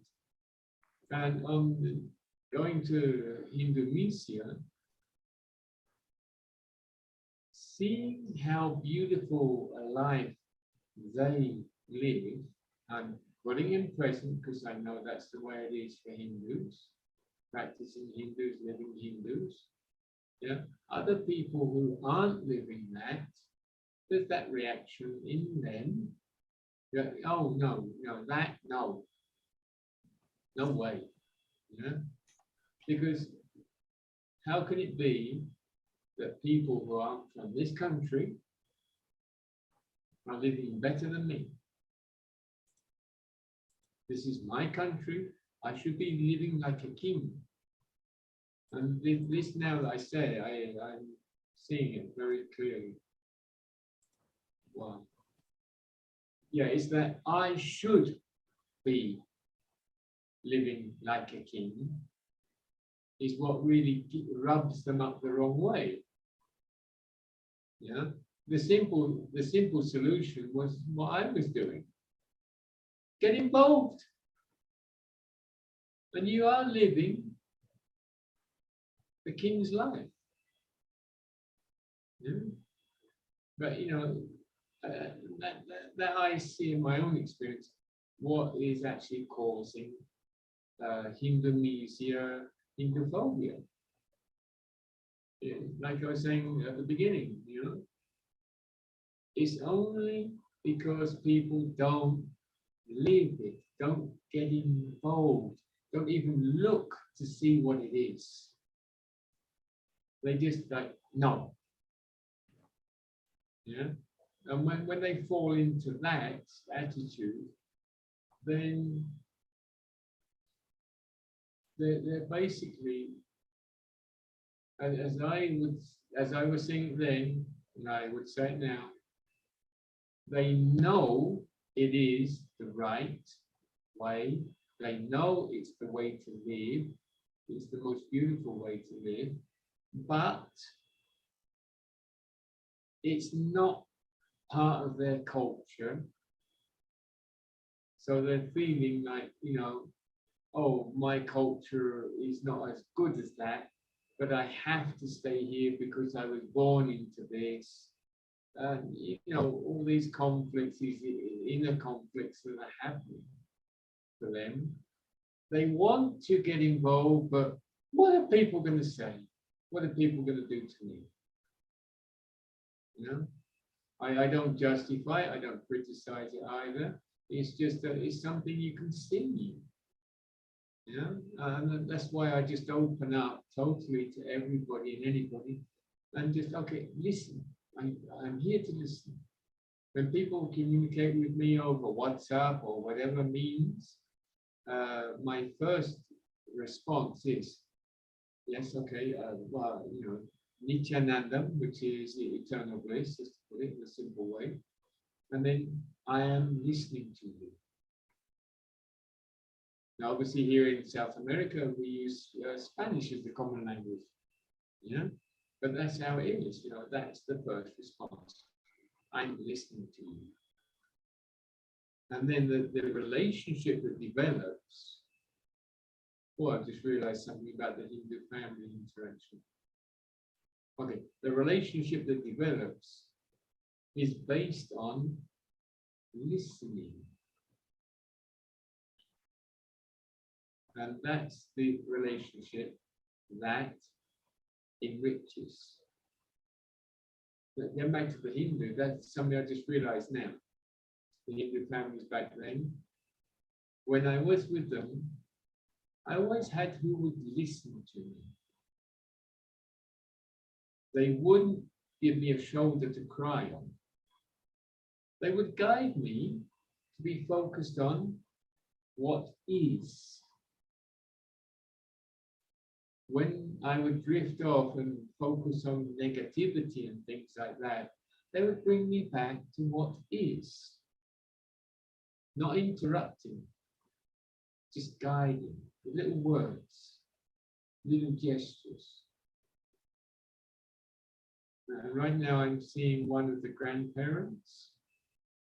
One day she was out in the front garden and I just came close.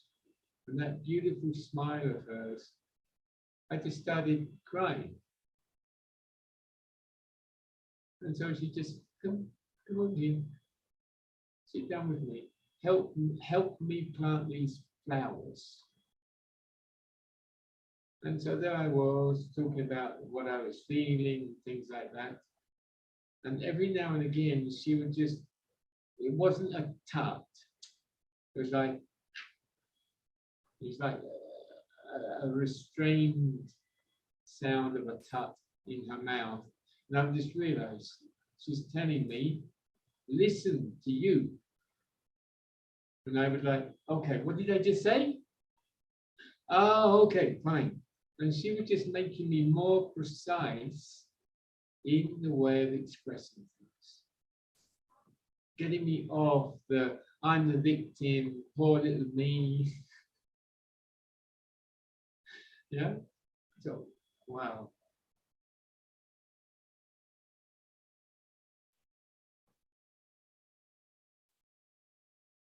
And so I was never able, and to this day, I'm not able to understand why there are people who want to destroy what is the most beautiful experience in my life.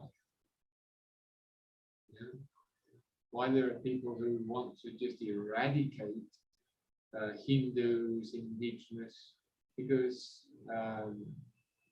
that same experience of the Hindus in England in my childhood is the same experience I'm having with the indigenous in this time in Colombia.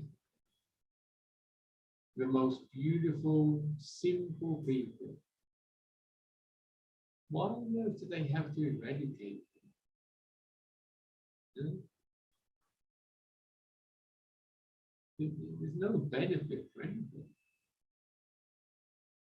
To the contrary.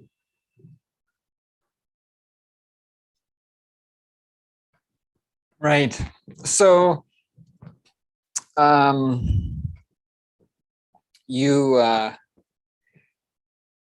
good. So okay, good. So tell us, let's go back.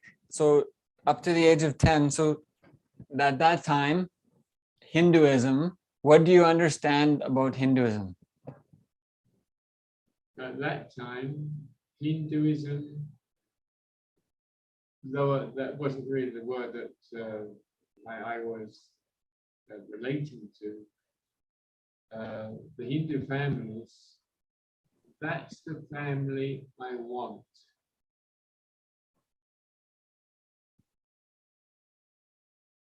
That's the family environment I want, not only for me.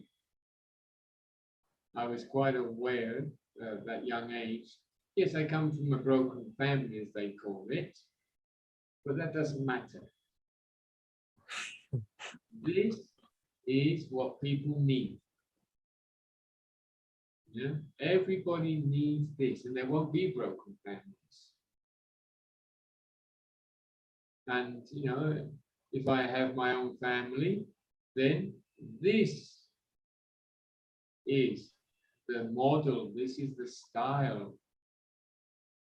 I'm not interested in any other.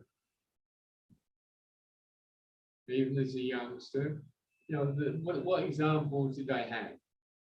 The European family model. Well, we know what it was then, what it is today. And seeing these families, how they were just family, that's real family. Yeah. And even then I was saying that. And, you know, I never suggested to my mother that she should have done this, she should have whatever. Simply, Mum, this is the best possible that I know. Yeah? So not only was I looking into encyclopedias for South America, but also trying to get some clear information, real, honest, sincere information about Hindus, not about India. Turning 10, 11, I remember this very clearly when I read that India was never a country until the British went there and changed everything. India was always a nation.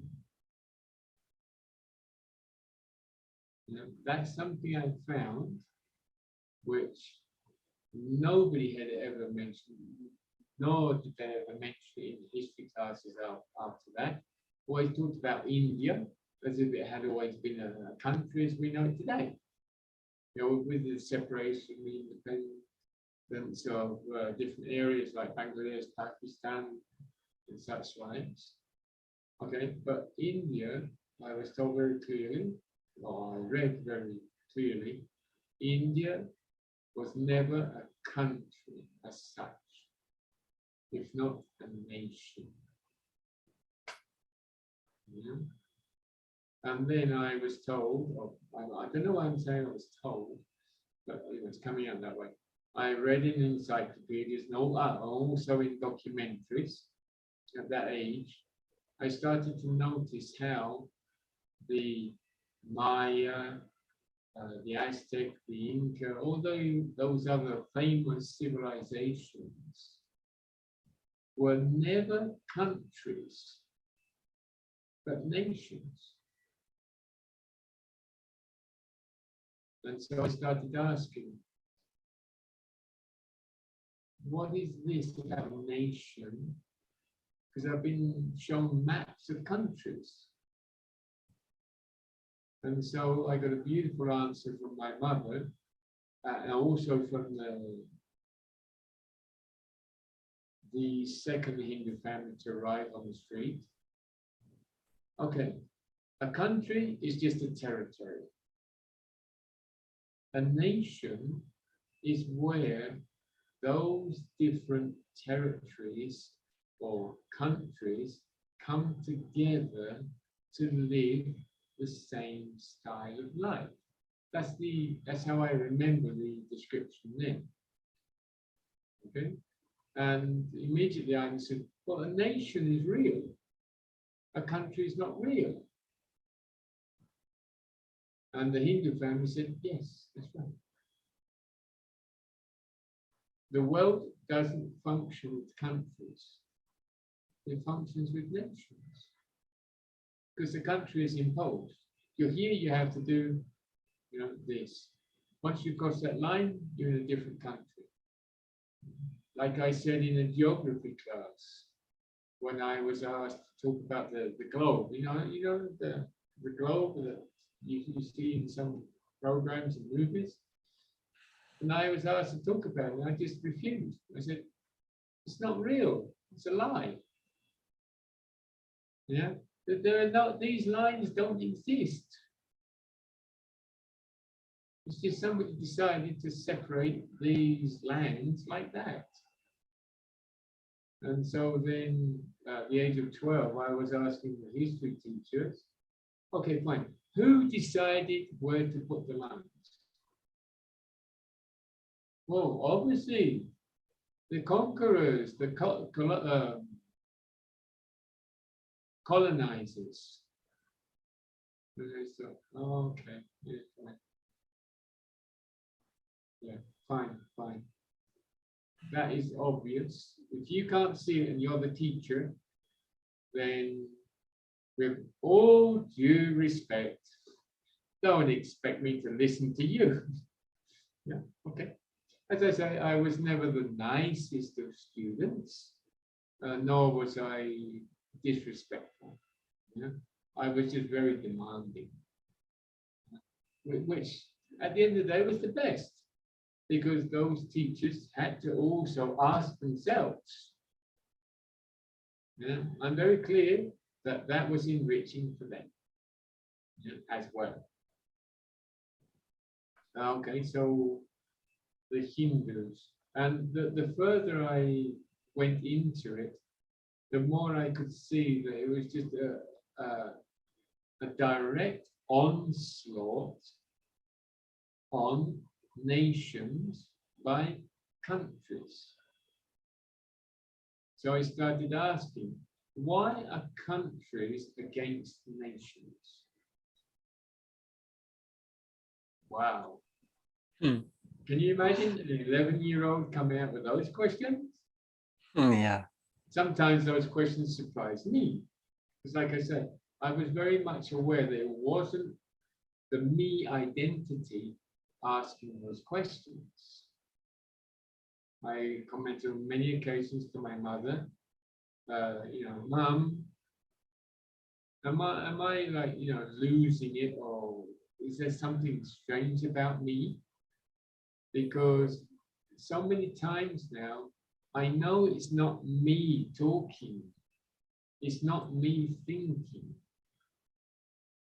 So what is this? And she just smiled and said, that's life. But when my mother would refer to life, she's not talking about the daily activities, if not the life energy. That's the way she would express it. So like we mentioned before, it's obvious now, and it has been for quite a few years, what she was referring to. And so going back to that time, with these questions, I just like, oh, just a minute. Then I stopped listening. I would hear, but I know I wasn't listening, because there were just too many lies being bounced around. So I would go to school, I would go to secondary or middle school, I think it's called in some of your areas. but I was not listening because I was totally convinced that it was a waste of time to listen. So my notebooks weren't full of class notes or anything like that. They just became full of questions about these things I was being taught. And as I say, the analytical part really got developed. And if it wasn't questions, then it was beautiful drawings of temples, like the Maya temples, that I took as being true. You know? So I just draw those things, the memories of the puja room, the way that the Hindu ladies were dressed with their saris, that beautiful, beautiful nose jewelry with a little chain across the ear. I also saw a Hindu wedding where the hands were painted. I mean, I'm enjoying here those spine chill, but it's not a spine chill horror. You help me with the language here. Okay, that kind of like goosebump and everything, just remembering those moments, because those were moments of pure life. Yeah? And the way that the Hindus were dressed, the men as well, it was just like, these guys must be kings, because they dress like kings. And the first time I saw one of my friends' uncle wearing a turban with a feather and a big jewel on the front, just like, wow, this is Aladdin, you know, obviously in the confusion there, you know, like, wow, these are those people who sit on flying carpets and go from one place to another. And the uncle I'm referring to, with that beautiful smile, and he also had a beard, but he would trim it. Yeah, he would trim it. He just smiled at me and said, "There are no lies here." Which took me back to the other time when I lied about having permission. Wow. Did they tell him? Or is he simply drawing my attention to something? And so I sat down by his side, and he just didn't answer any questions because no questions came out of me. But he answered all my questions. And that was it. I just knew there is something in these families that is worth living. I don't need to study. If this guy can answer my questions without asking them, then obviously I can also answer any question without studying. It's there. Yeah? And that afternoon, when I had to leave, he just touched my shoulder and said, "You are one with me."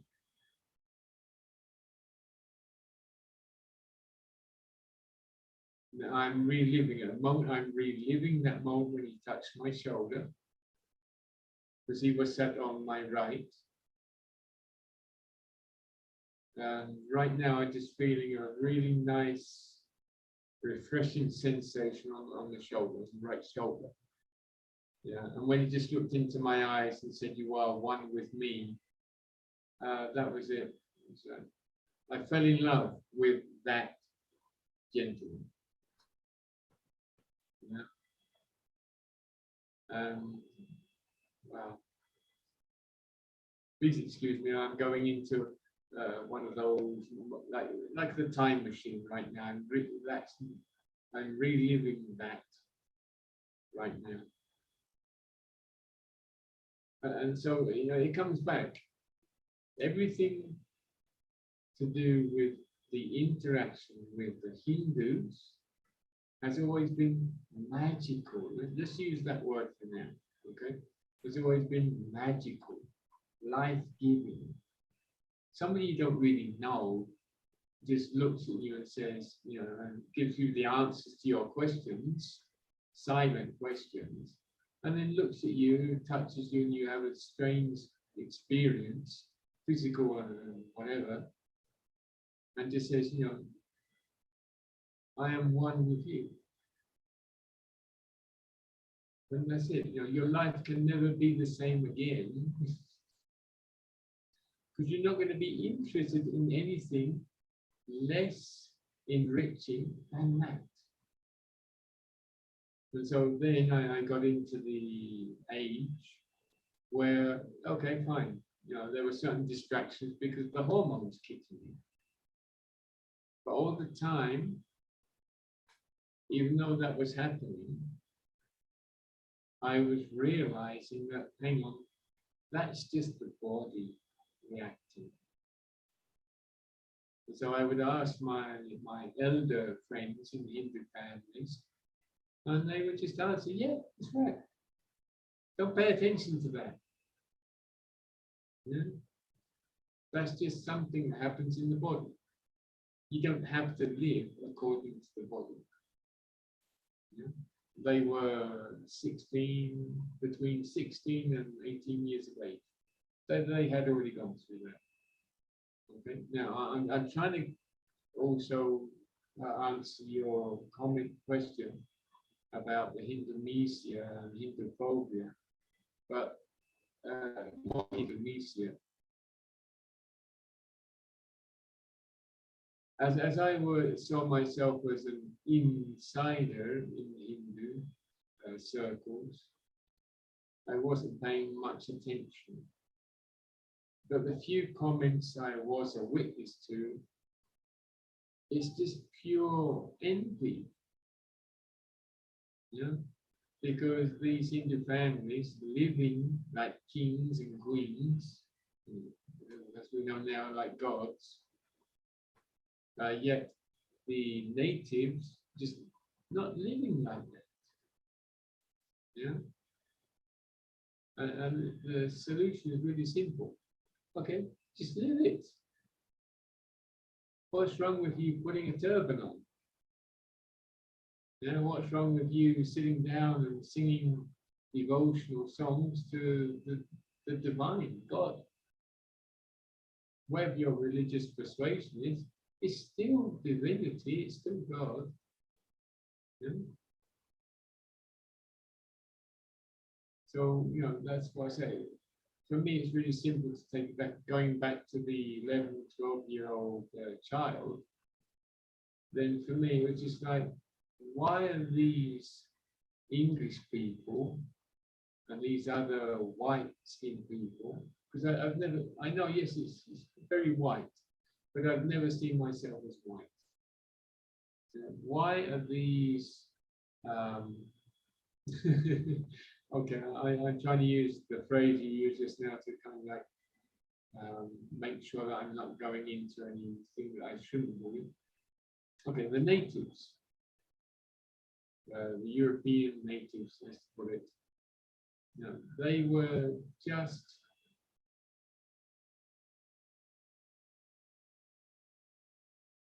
feeling so inferior because their life, which being Europeans, being affluent, being prosperous in their eyes, you know, with money, they should have been living better than these Hindus as immigrants who just arrived, and suddenly, wow, they have their restaurants, they have this, they have that, they have the other, and they're settled, and they are prosperous. You know? So, you know, obviously there's that kind of like, you know, what are they doing that I'm not doing? And that non-understanding of cosmic law, the way that giving life to others, offering the best to others is what really is prosperity. And it manifests in the spiritual and the material world or realms. That non-understanding is what causes that friction. Yeah, okay, because that's not when I was 11, that was later on. Somebody else has just come back to me. And one thing I will say now, I'm not biased in any way, but remembering in my high school years, middle still, because 11, 12, just anything there were some Hindu students there, and I never ever saw them in a fight, in a quarrel, in a discussion, or anything at all of that nature. Never. And even if they were provoked, they would simply, okay. They wouldn't react, they wouldn't retaliate. Yeah, and I am remembering now there was an occasion where a gang of elder students did, this was with kicking them and punching them and everything. I'm talking about 5 against 2. Yeah, you can imagine how the 2 Hindu kids ended up, and obviously that happened inside the school. So that should have been dealt with by the school authorities, but it was just ignored.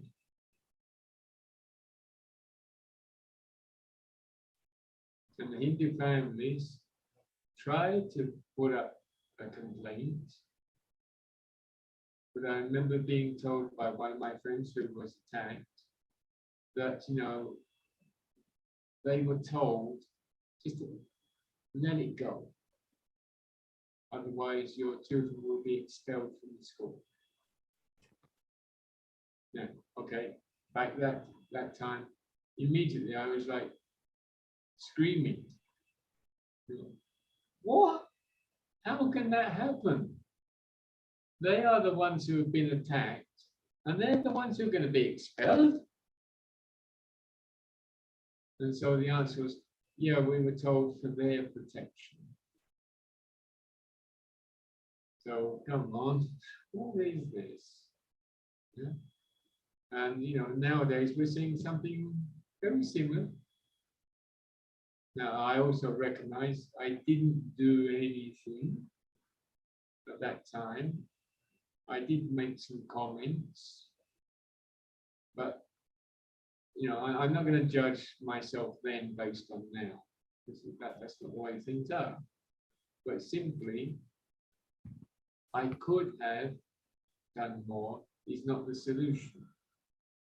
Simply, I recognize back then, I just thought, oh my goodness, so the whole school is against these 2, including the principal, the supervisors, the coordinators. They're all against these 2. Yeah, and I identify myself with these 2. And very shortly after, I did start to get attacked as well. I wasn't doing anything.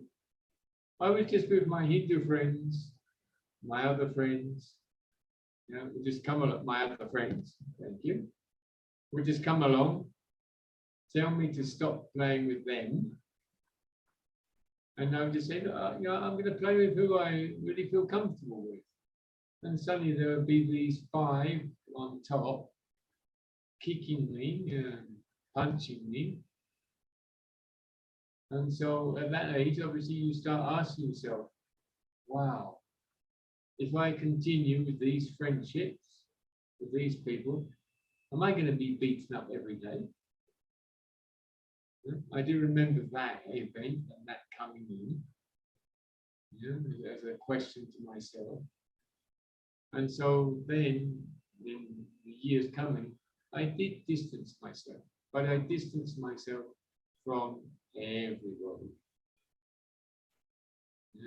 I became that young man who just didn't want to know anything about anybody.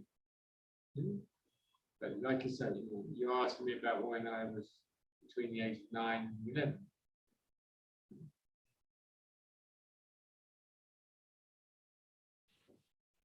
Right. So, okay, good.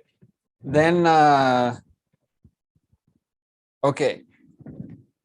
So when you're growing up at those and previous ages, see, because you were saying that you saw the Nataraja in the house and you recognized that is some sort of artifact.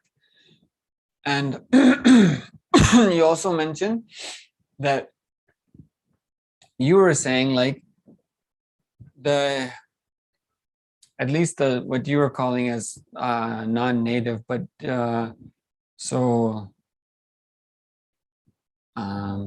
you were including the Hindu families as families who were living happier lives than what you're calling as the European families, and more celebratory, and that you participated in some of those activities, and you noticed the gold was used for, I believe it was Nataraja, right? Yes. And so that was new, that you were seeing that gold could be used for a sort of a celebratory artifact, and that the Hindu man who could answer your questions also was dressed sort of regal with the turban and a jewel and a feather, and the Hindu women would be having a nose ring and a chain to the ear, and it was sort of more sort of royal type thing. So then, okay, so then there's this question, what was your concept like? Because you also said in response to the, sort of what was your understanding about Hinduism? And you were saying like that you hadn't necessarily recognized that there was a sort of separate or defined thing called Hinduism, but that it was more like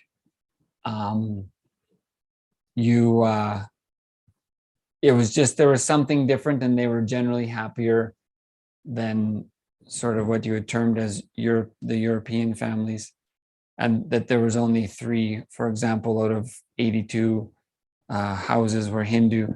So if we could say, was there any way that at that time that you could put into perspective what your cognition about, is there something like called Hinduism? Is there was there could we get more towards that? What would, if you, was there anything unique that you recognized about only the Hindu families? Or like, was there something more you could say about was there any recognition you had like that specifically it's Hindu as opposed to just, something that is, sort of common amongst even the non-European families? Or is there anything that you like, because you said that you had participated in some of the ceremonies type things, was there ever and then your mother was she had told you she was a white witch, so was there a time at that point where, was there anything that you could see about the Hindu families that you could have or would have recognized is, sort of a civilizational or religious aspect? And there probably would be when you go into the later ages, 16, 17, and where you mentioned that these 2 boys were beaten and it was, for their safety, they nothing was done about it. But is there anything you could say about how your formation, how did your formation come at that point? Was there any formation about Hinduism exists? Okay, not by the name of Hinduism, but by the way of life, the living, the lifestyle, the way they were living. Yeah, the actual name of Hindu, it was mentioned. And right now, there's a memory of they wouldn't speak in English in some of the activities or ceremonies or celebrations. So that was obviously stotrams, mantras. Stotrams are devotional songs, things like that. And they wouldn't speak as such. They would more like sing, speak. So we know what that is now. But as of the name of Hinduism, the only thing I can say is that the Hindu families, the way they dressed, the way they would sit and present themselves, it was more impacting. It was more like being sat by the side of the queen or the king than the actual Queen of England.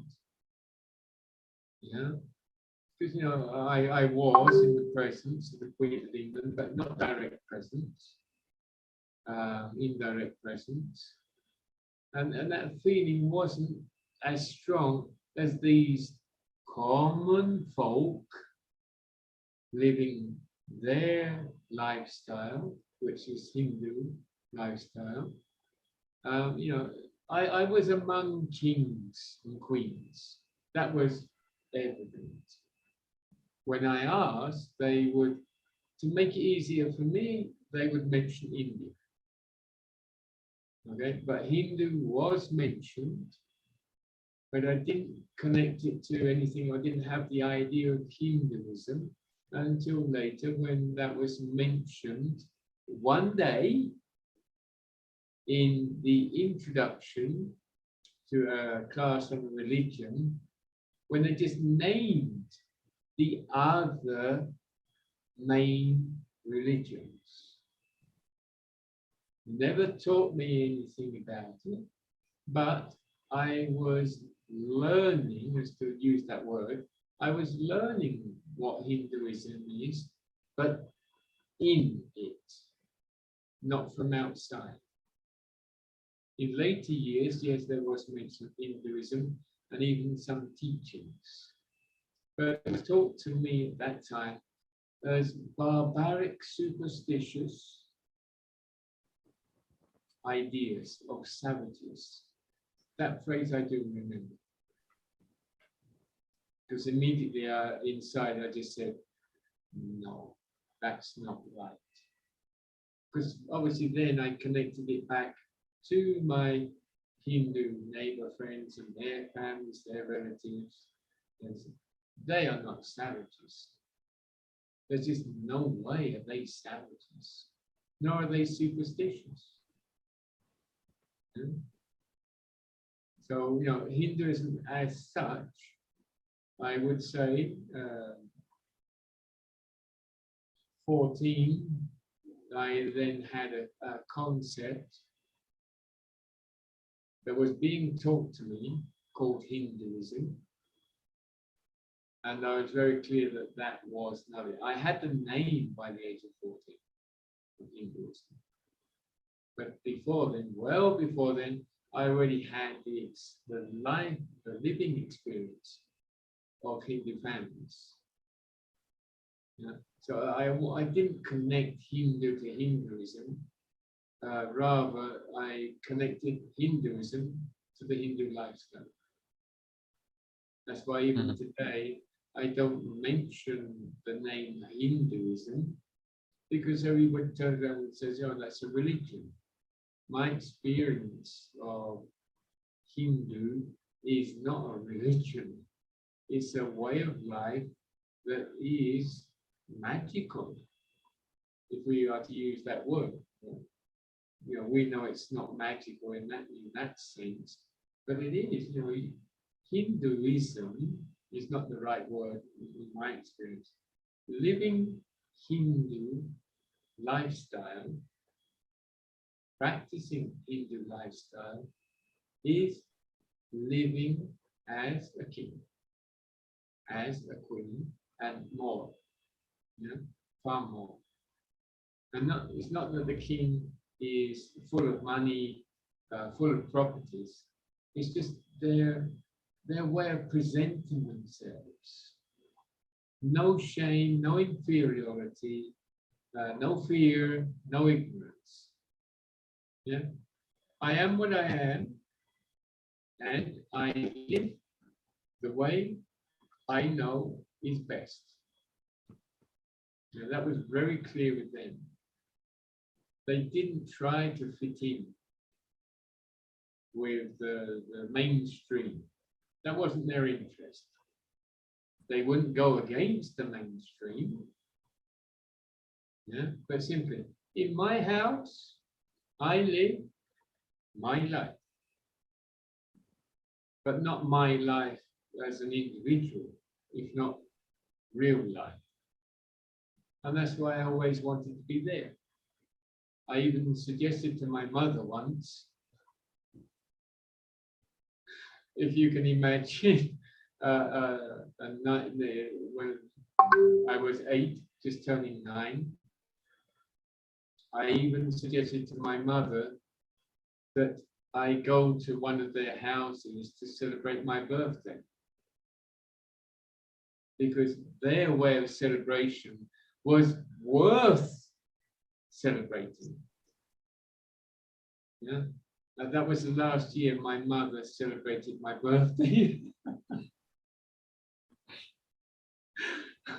So, you know, I still don't know, because I've never asked her. You can take that as her saying, oh yeah, go and celebrate your birthday with them, or simply she didn't feel very comfortable with my suggestion. Yeah, she never shows herself as being upset. But definitely I recognize that with the Hindus, and always identifying myself with them, yeah, if I'm going to be in a birthday party, it's there. It's with them. Because that is how to celebrate. You know, and I still remember the platefuls of different food I never ever saw anywhere else. My experience with food in England was plain, insipid. I don't even call it food these days. Anyway, plain, insipid dishes, plates, food. Whereas in the Hindu families, nothing was insipid, everything was delicious, and I never felt it as heavy. And nowadays I recognize obviously it was vegan, it was vegetarian food. There was no meat there at all. But you didn't miss it at all. The flavoring was just incredible. The presentation as well. I mean, everything in my experience of, I'll use the word Hinduism here to be answering your question. Hinduism celebrates everything that's worth celebrating in a way that is maximum expression of celebration, even the simplest of things. Yeah, I always noticed that. Everything was a celebration. Yeah, in their gardens, when they would bring a new plant, yeah, they would celebrate that. And now I do remember, I saw somebody doing some gestures to the plant as they received it in their house. I now know what they were doing. Yeah, And just seeing that from afar, you just feel that divine expression. I'm reliving it right now. Yeah? And it's really beautiful because in the organic production projects I've worked in, that's what's done. Every seed, not individually, packets and bucketfuls of seed, we do that, what we call a kind of devotional ritual, which is gratitude for that and making sure it has the life energy to produce what it is. And obviously offering that to divinity in itself. Everything, Hinduism, in my experience from childhood, Hinduism is celebrating life. With giving life to everything.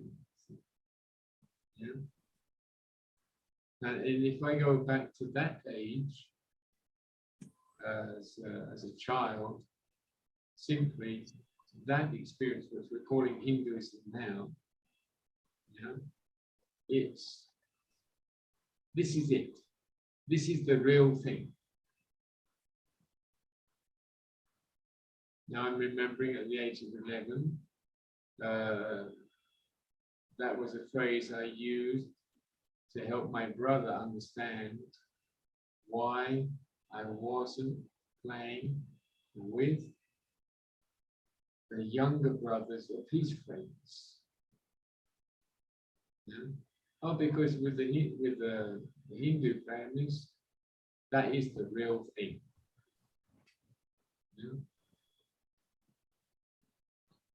That's basically all I can say nowadays as well. Sanatana Hindu Dharma, Hinduism, as people generally call it, this is the real thing. And it's worth living. It's not a question of abandoning traditions and things like that. It's simply a question of celebrating life. That's all it is. It's nothing more, but it's much more. To use a mystical phrase. This is the real thing in my own experience, and everybody I have been like a channel for to come into certain aspects of Hindu lifestyle, they are saying the same. For many, it's just a compliment, certain things of Hinduism at the moment, because they're only just getting to know. But like me as a child, everything I got involved in was just like, well, this is it.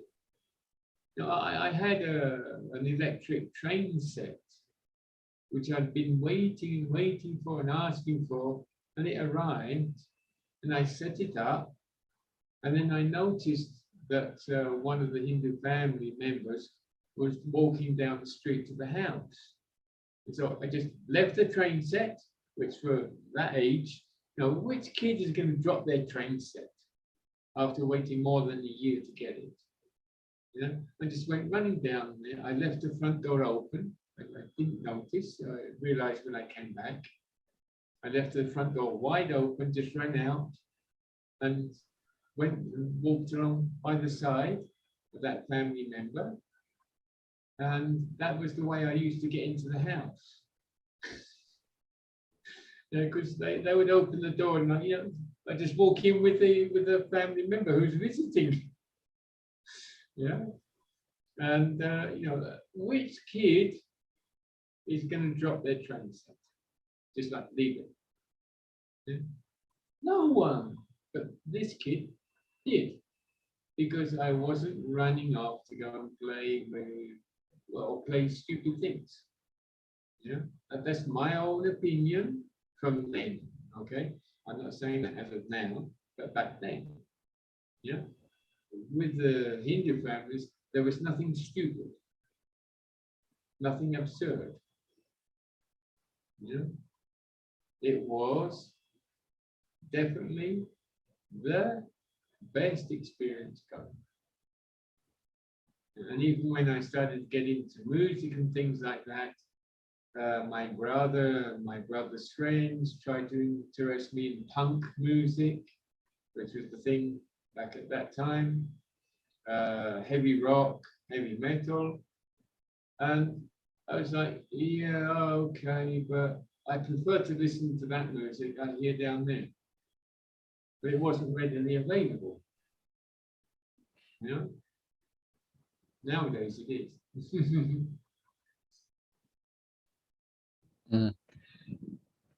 Great. Then, okay, what about the, okay, good. So the understanding is, you're saying that, yeah, you were spending some time with, okay, so you're spending time with the Hindu families, but you also said you're spending time with other families, non-Hindu also?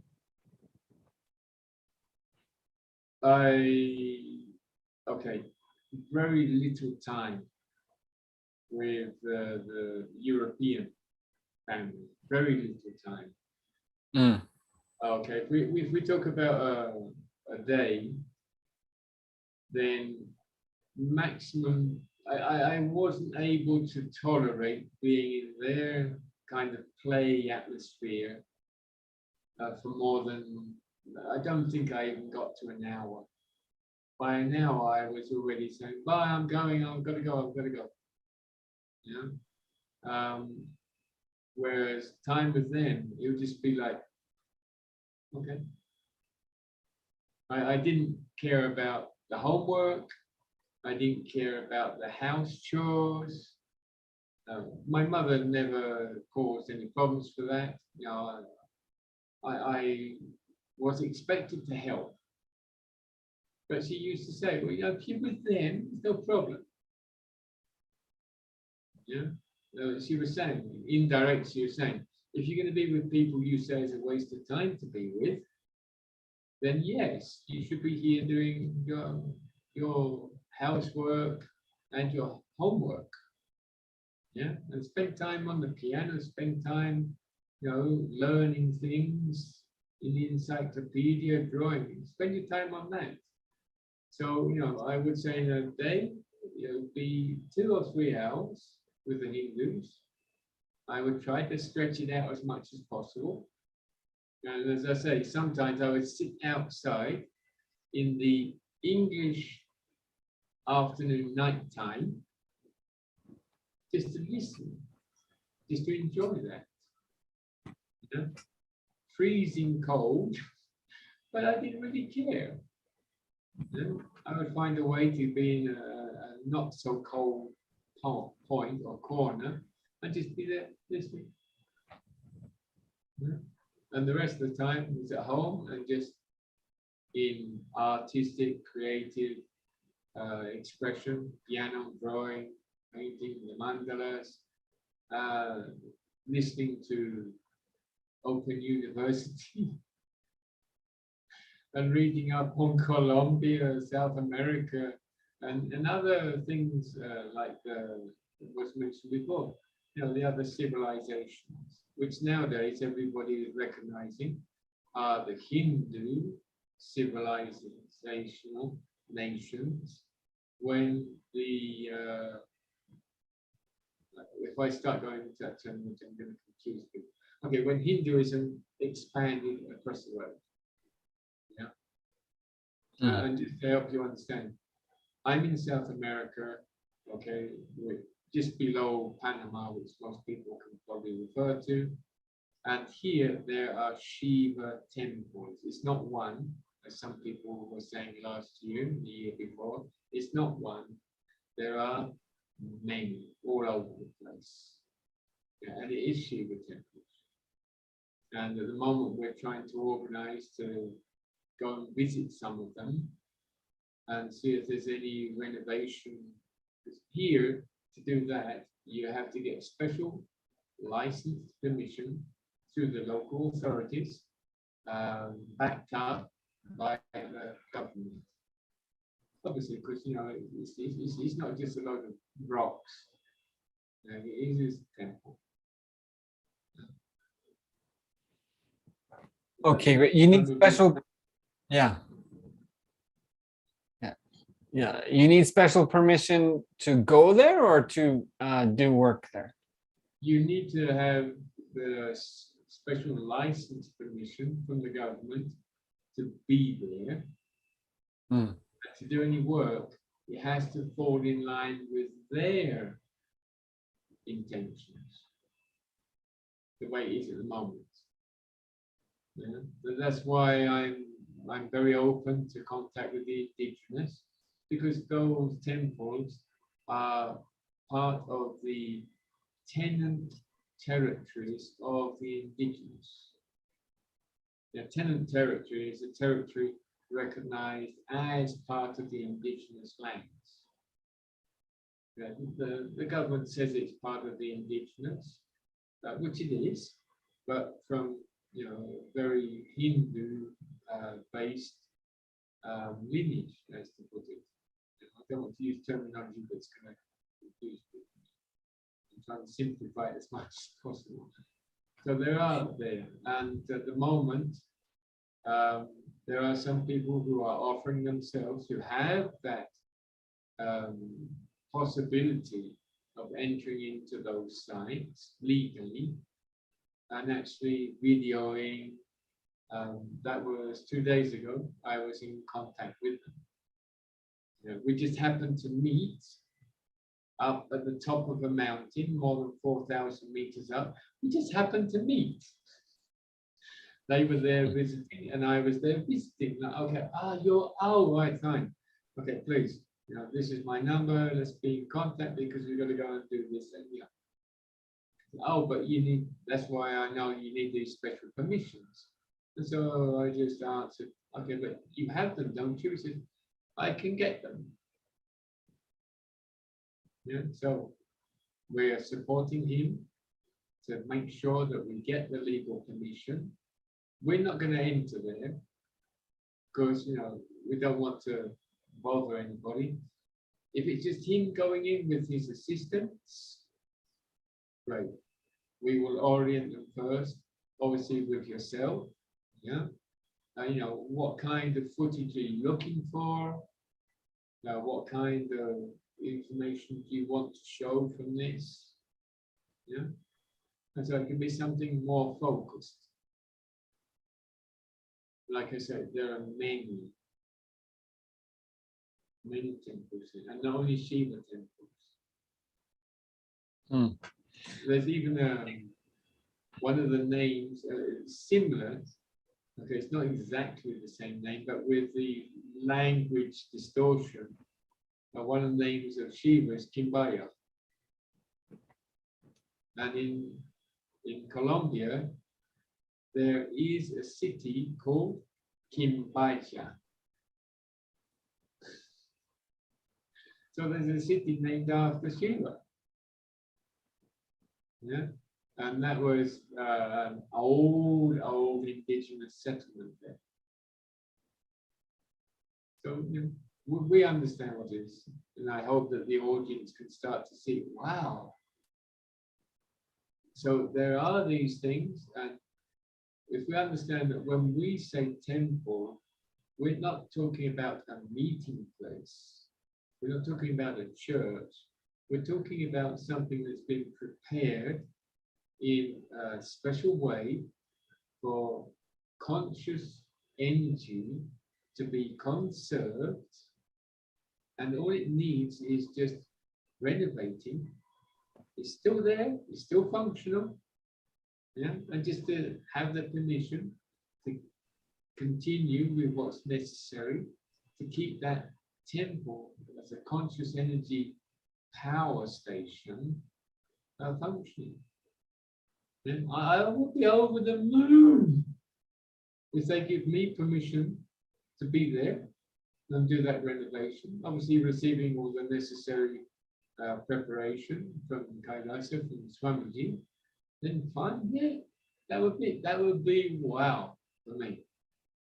Yeah, and So, that's what we're working towards at the moment with Kailasa.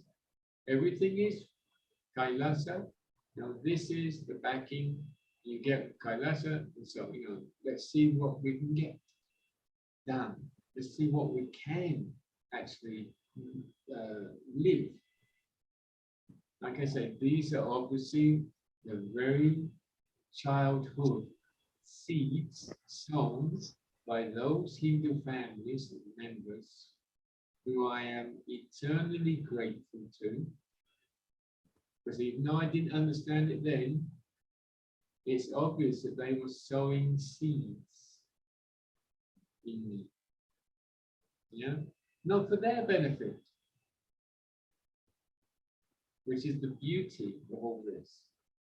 They never did it for their benefit. They're just thinking, this is the best for him, but not only him. And I'm very clear that the uncle who was, dressed like a king in a turban with heaven and jewel, I'm very clear that he was very clear about me being where I am now with Kailasa. I am very clear that he could see that. And his touching my body, obviously, was his way of making sure that that would be lived by me in the right moment. So like I said, eternally grateful to every single one of those families and their members. All the generations that worked for them to get to where they were in England, and all the generations that have continued from them, who have obviously continued living. There is no doubt in me, because of the beauty, the way they were living it with authenticity, genuine living of it as it is, those generations are still living. The generations to this date, I took about 40, almost 50 years on, I know they are still living it. Even though they're in England, in Europe, I know they're still living it because of the way they were living it then. It wasn't something very superficial. There was no superficiality to it. When they were in the celebrations, in the different rituals, activities, they were there, full steam ahead, full speed, full energy. The volume was up to full.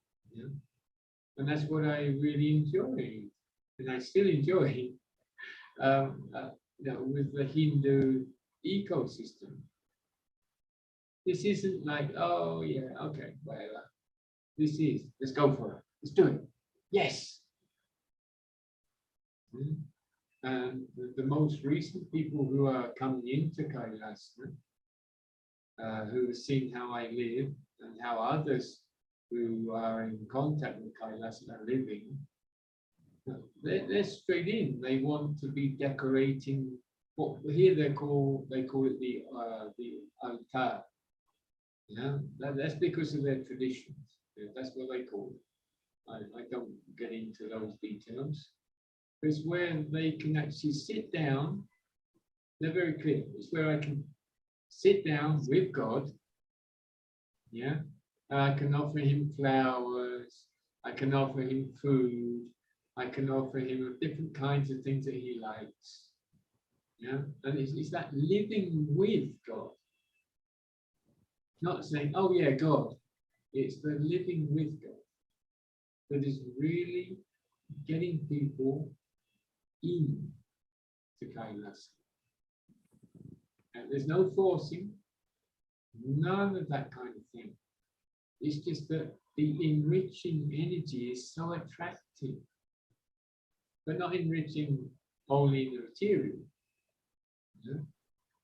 People have realized that, this sannyasi who doesn't manage money, who doesn't have any income whatsoever, lives the life of a king.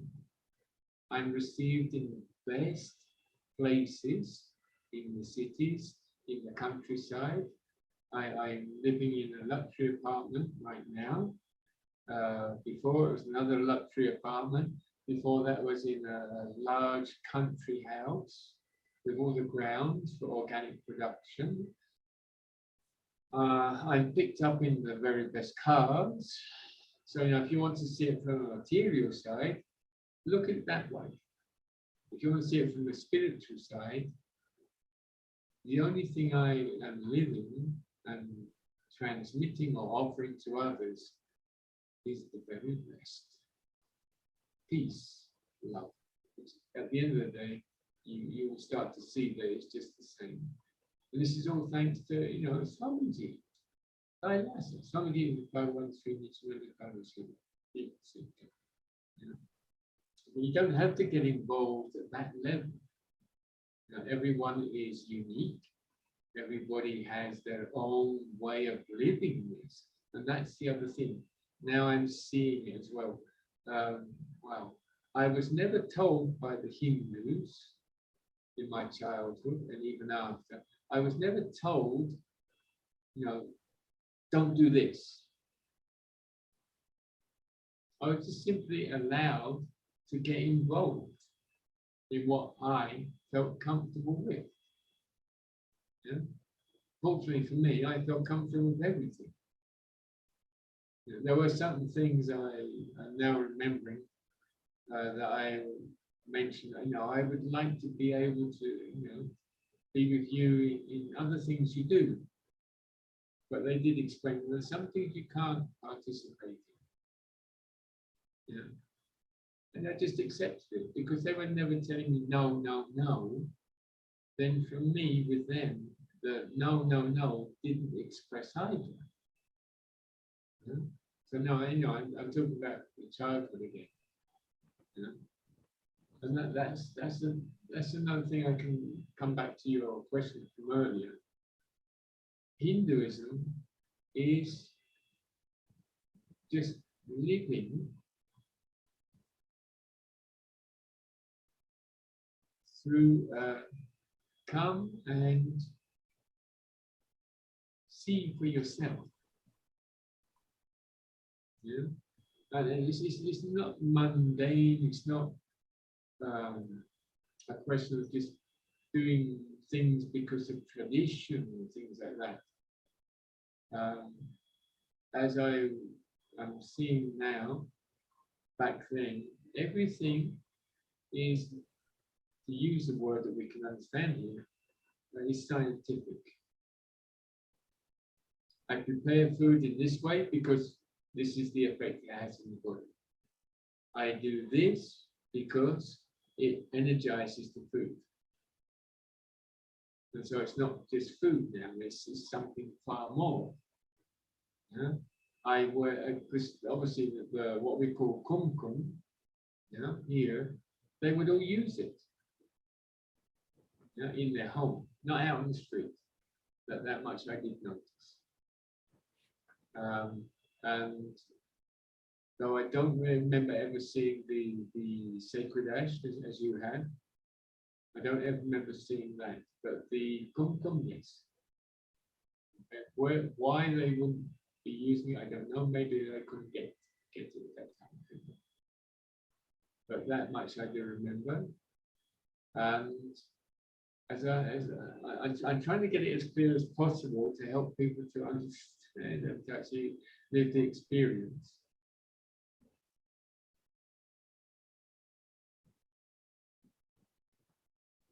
Yeah, the words don't reach what my experience of Hinduism has been and is. The words just don't get me. They're only like, pointers. Let's get that as clear as possible first. Okay. If you go back to your childhood and you remember those dreams about being a prince, being a princess, they were not dreams for me. I actually lived that in the Hindu homes. When I was in the Hindu homes, I knew without a doubt, I am a prince. These young ladies here are princesses. The women are queens and the men are kings, and the young men are princes like me. It didn't need any explaining. When you're in a home, invited into a home, you know what you're feeling, you know what you're experiencing. And that is what I can give as an answer about Hinduism, my experience. That's clearest I've been able to get to at the moment. Okay, great. Okay, yeah,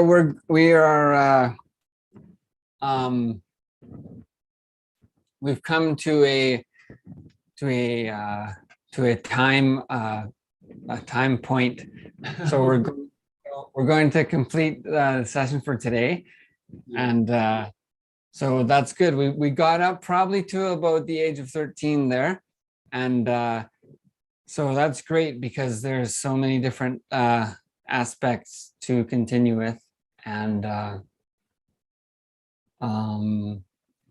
there was a lot there. It was there was aspects of racism. There was a lot. There was discussions of the powerlessness that is the root of violence in the humanity, and the powerlessness. And so this is an aspect of Sanatana Hindu Dharma and Ahimsa and the Varnashrama Dharma civilization, that actually it's out of the space of powerfulness that we contribute. And so actually, when we avoid to learn those inner sciences, we are left with the space of incompletion and self-doubt, self-hatred, and self-denial inside. And because we experience that agitation inside and are avoiding to experience the space of oneness with ourselves, then naturally we're unable to experience and proliferate and contribute that space to others around us. And so in that sense of the byproduct, we end up taking that inner strife and transposing it onto others and naturally blaming them for that, and manifesting conflict. So these are sort of a unique contribution of Sanatana Hindu Dharma is that it's an enlightenment-based civilization. So the purpose of life is enlightenment, is moksha, is liberation, that everyone must necessarily have that. And we actually have the structure so that you can live whatever sort of walk of life you want to be in, any jati, varna you want to live in is available. Varna is your choice, and jati are the ecosystems to allow any kind of being that comes to the planet to live whatever sort of lifestyle contributing to the society they want to live, to support them in that development. And they, after that point, they're free to choose what varna, what exactly contribution and responsibility they take in society. And so this is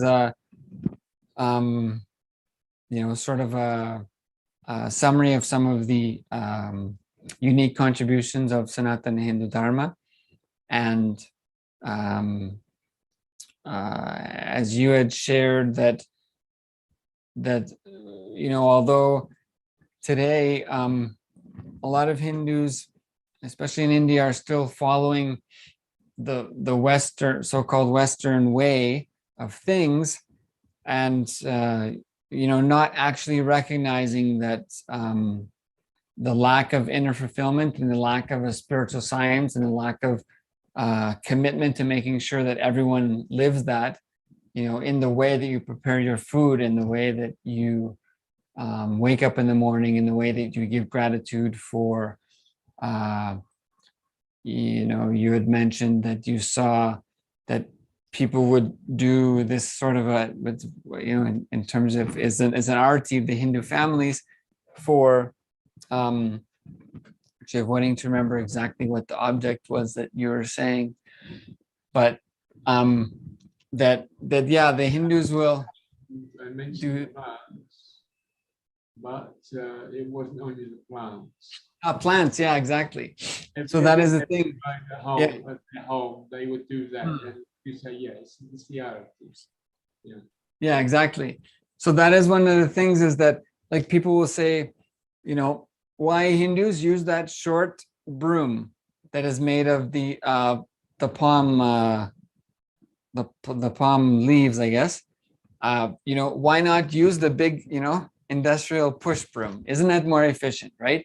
And why Hindus use the grinding stones? Can't you just use a mixie?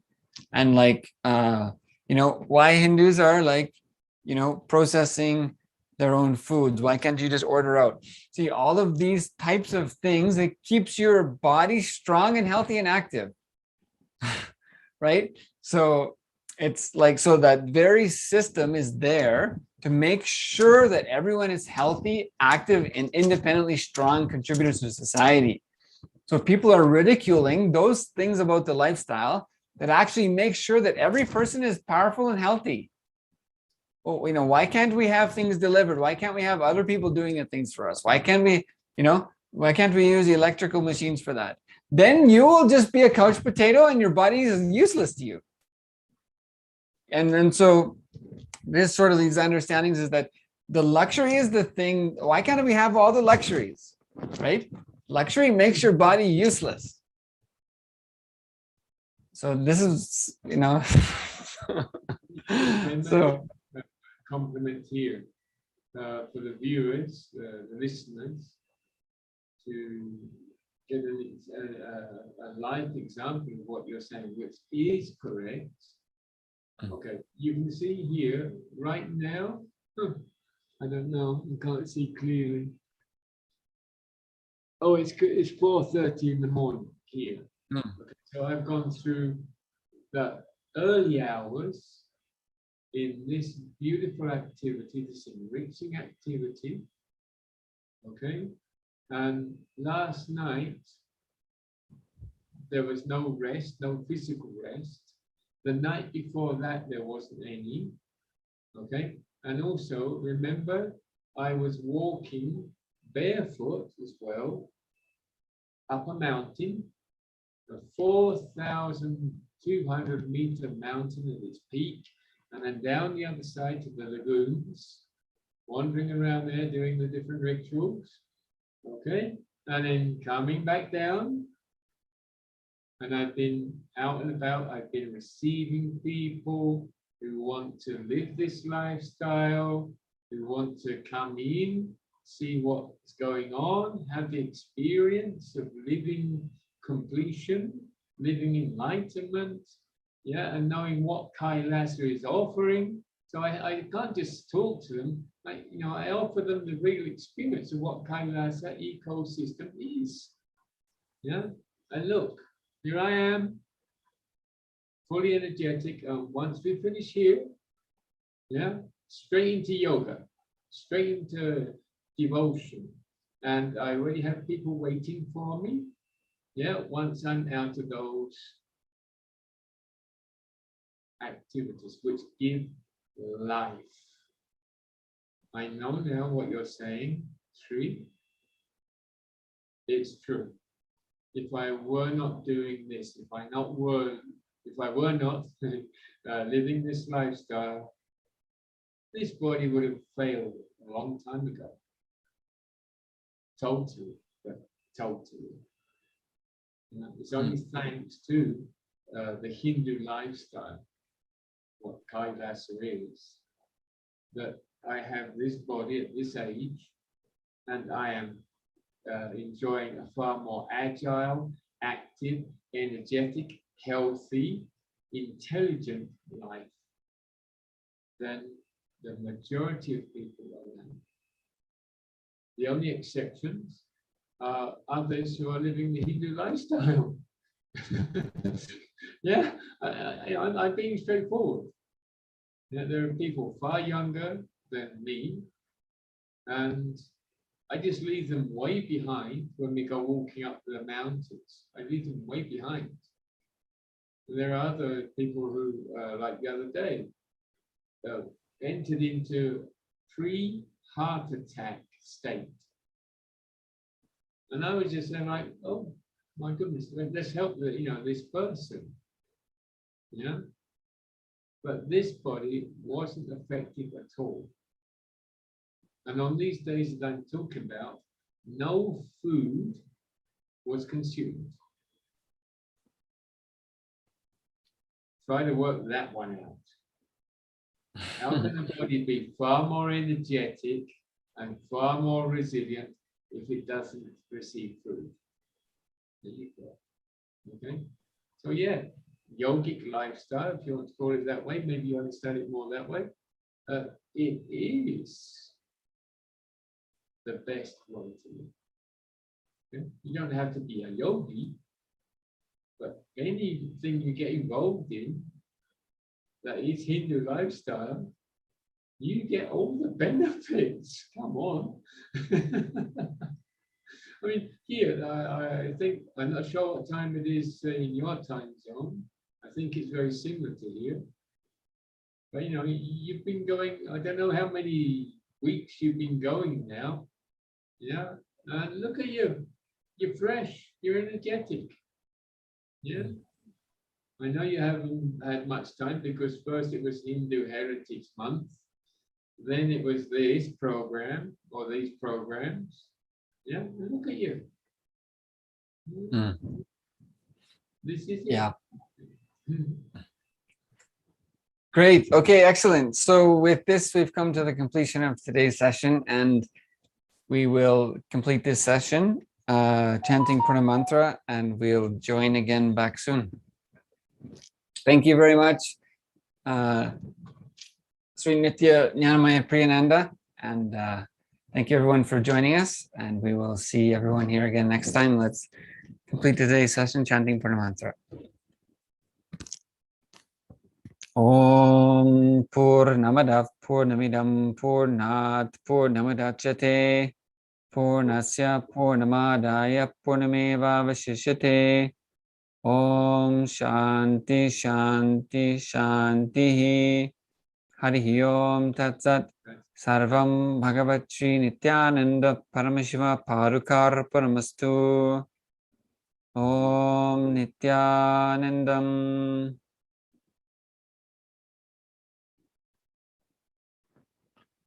Okay, great. Thank you, everyone. We'll see you again.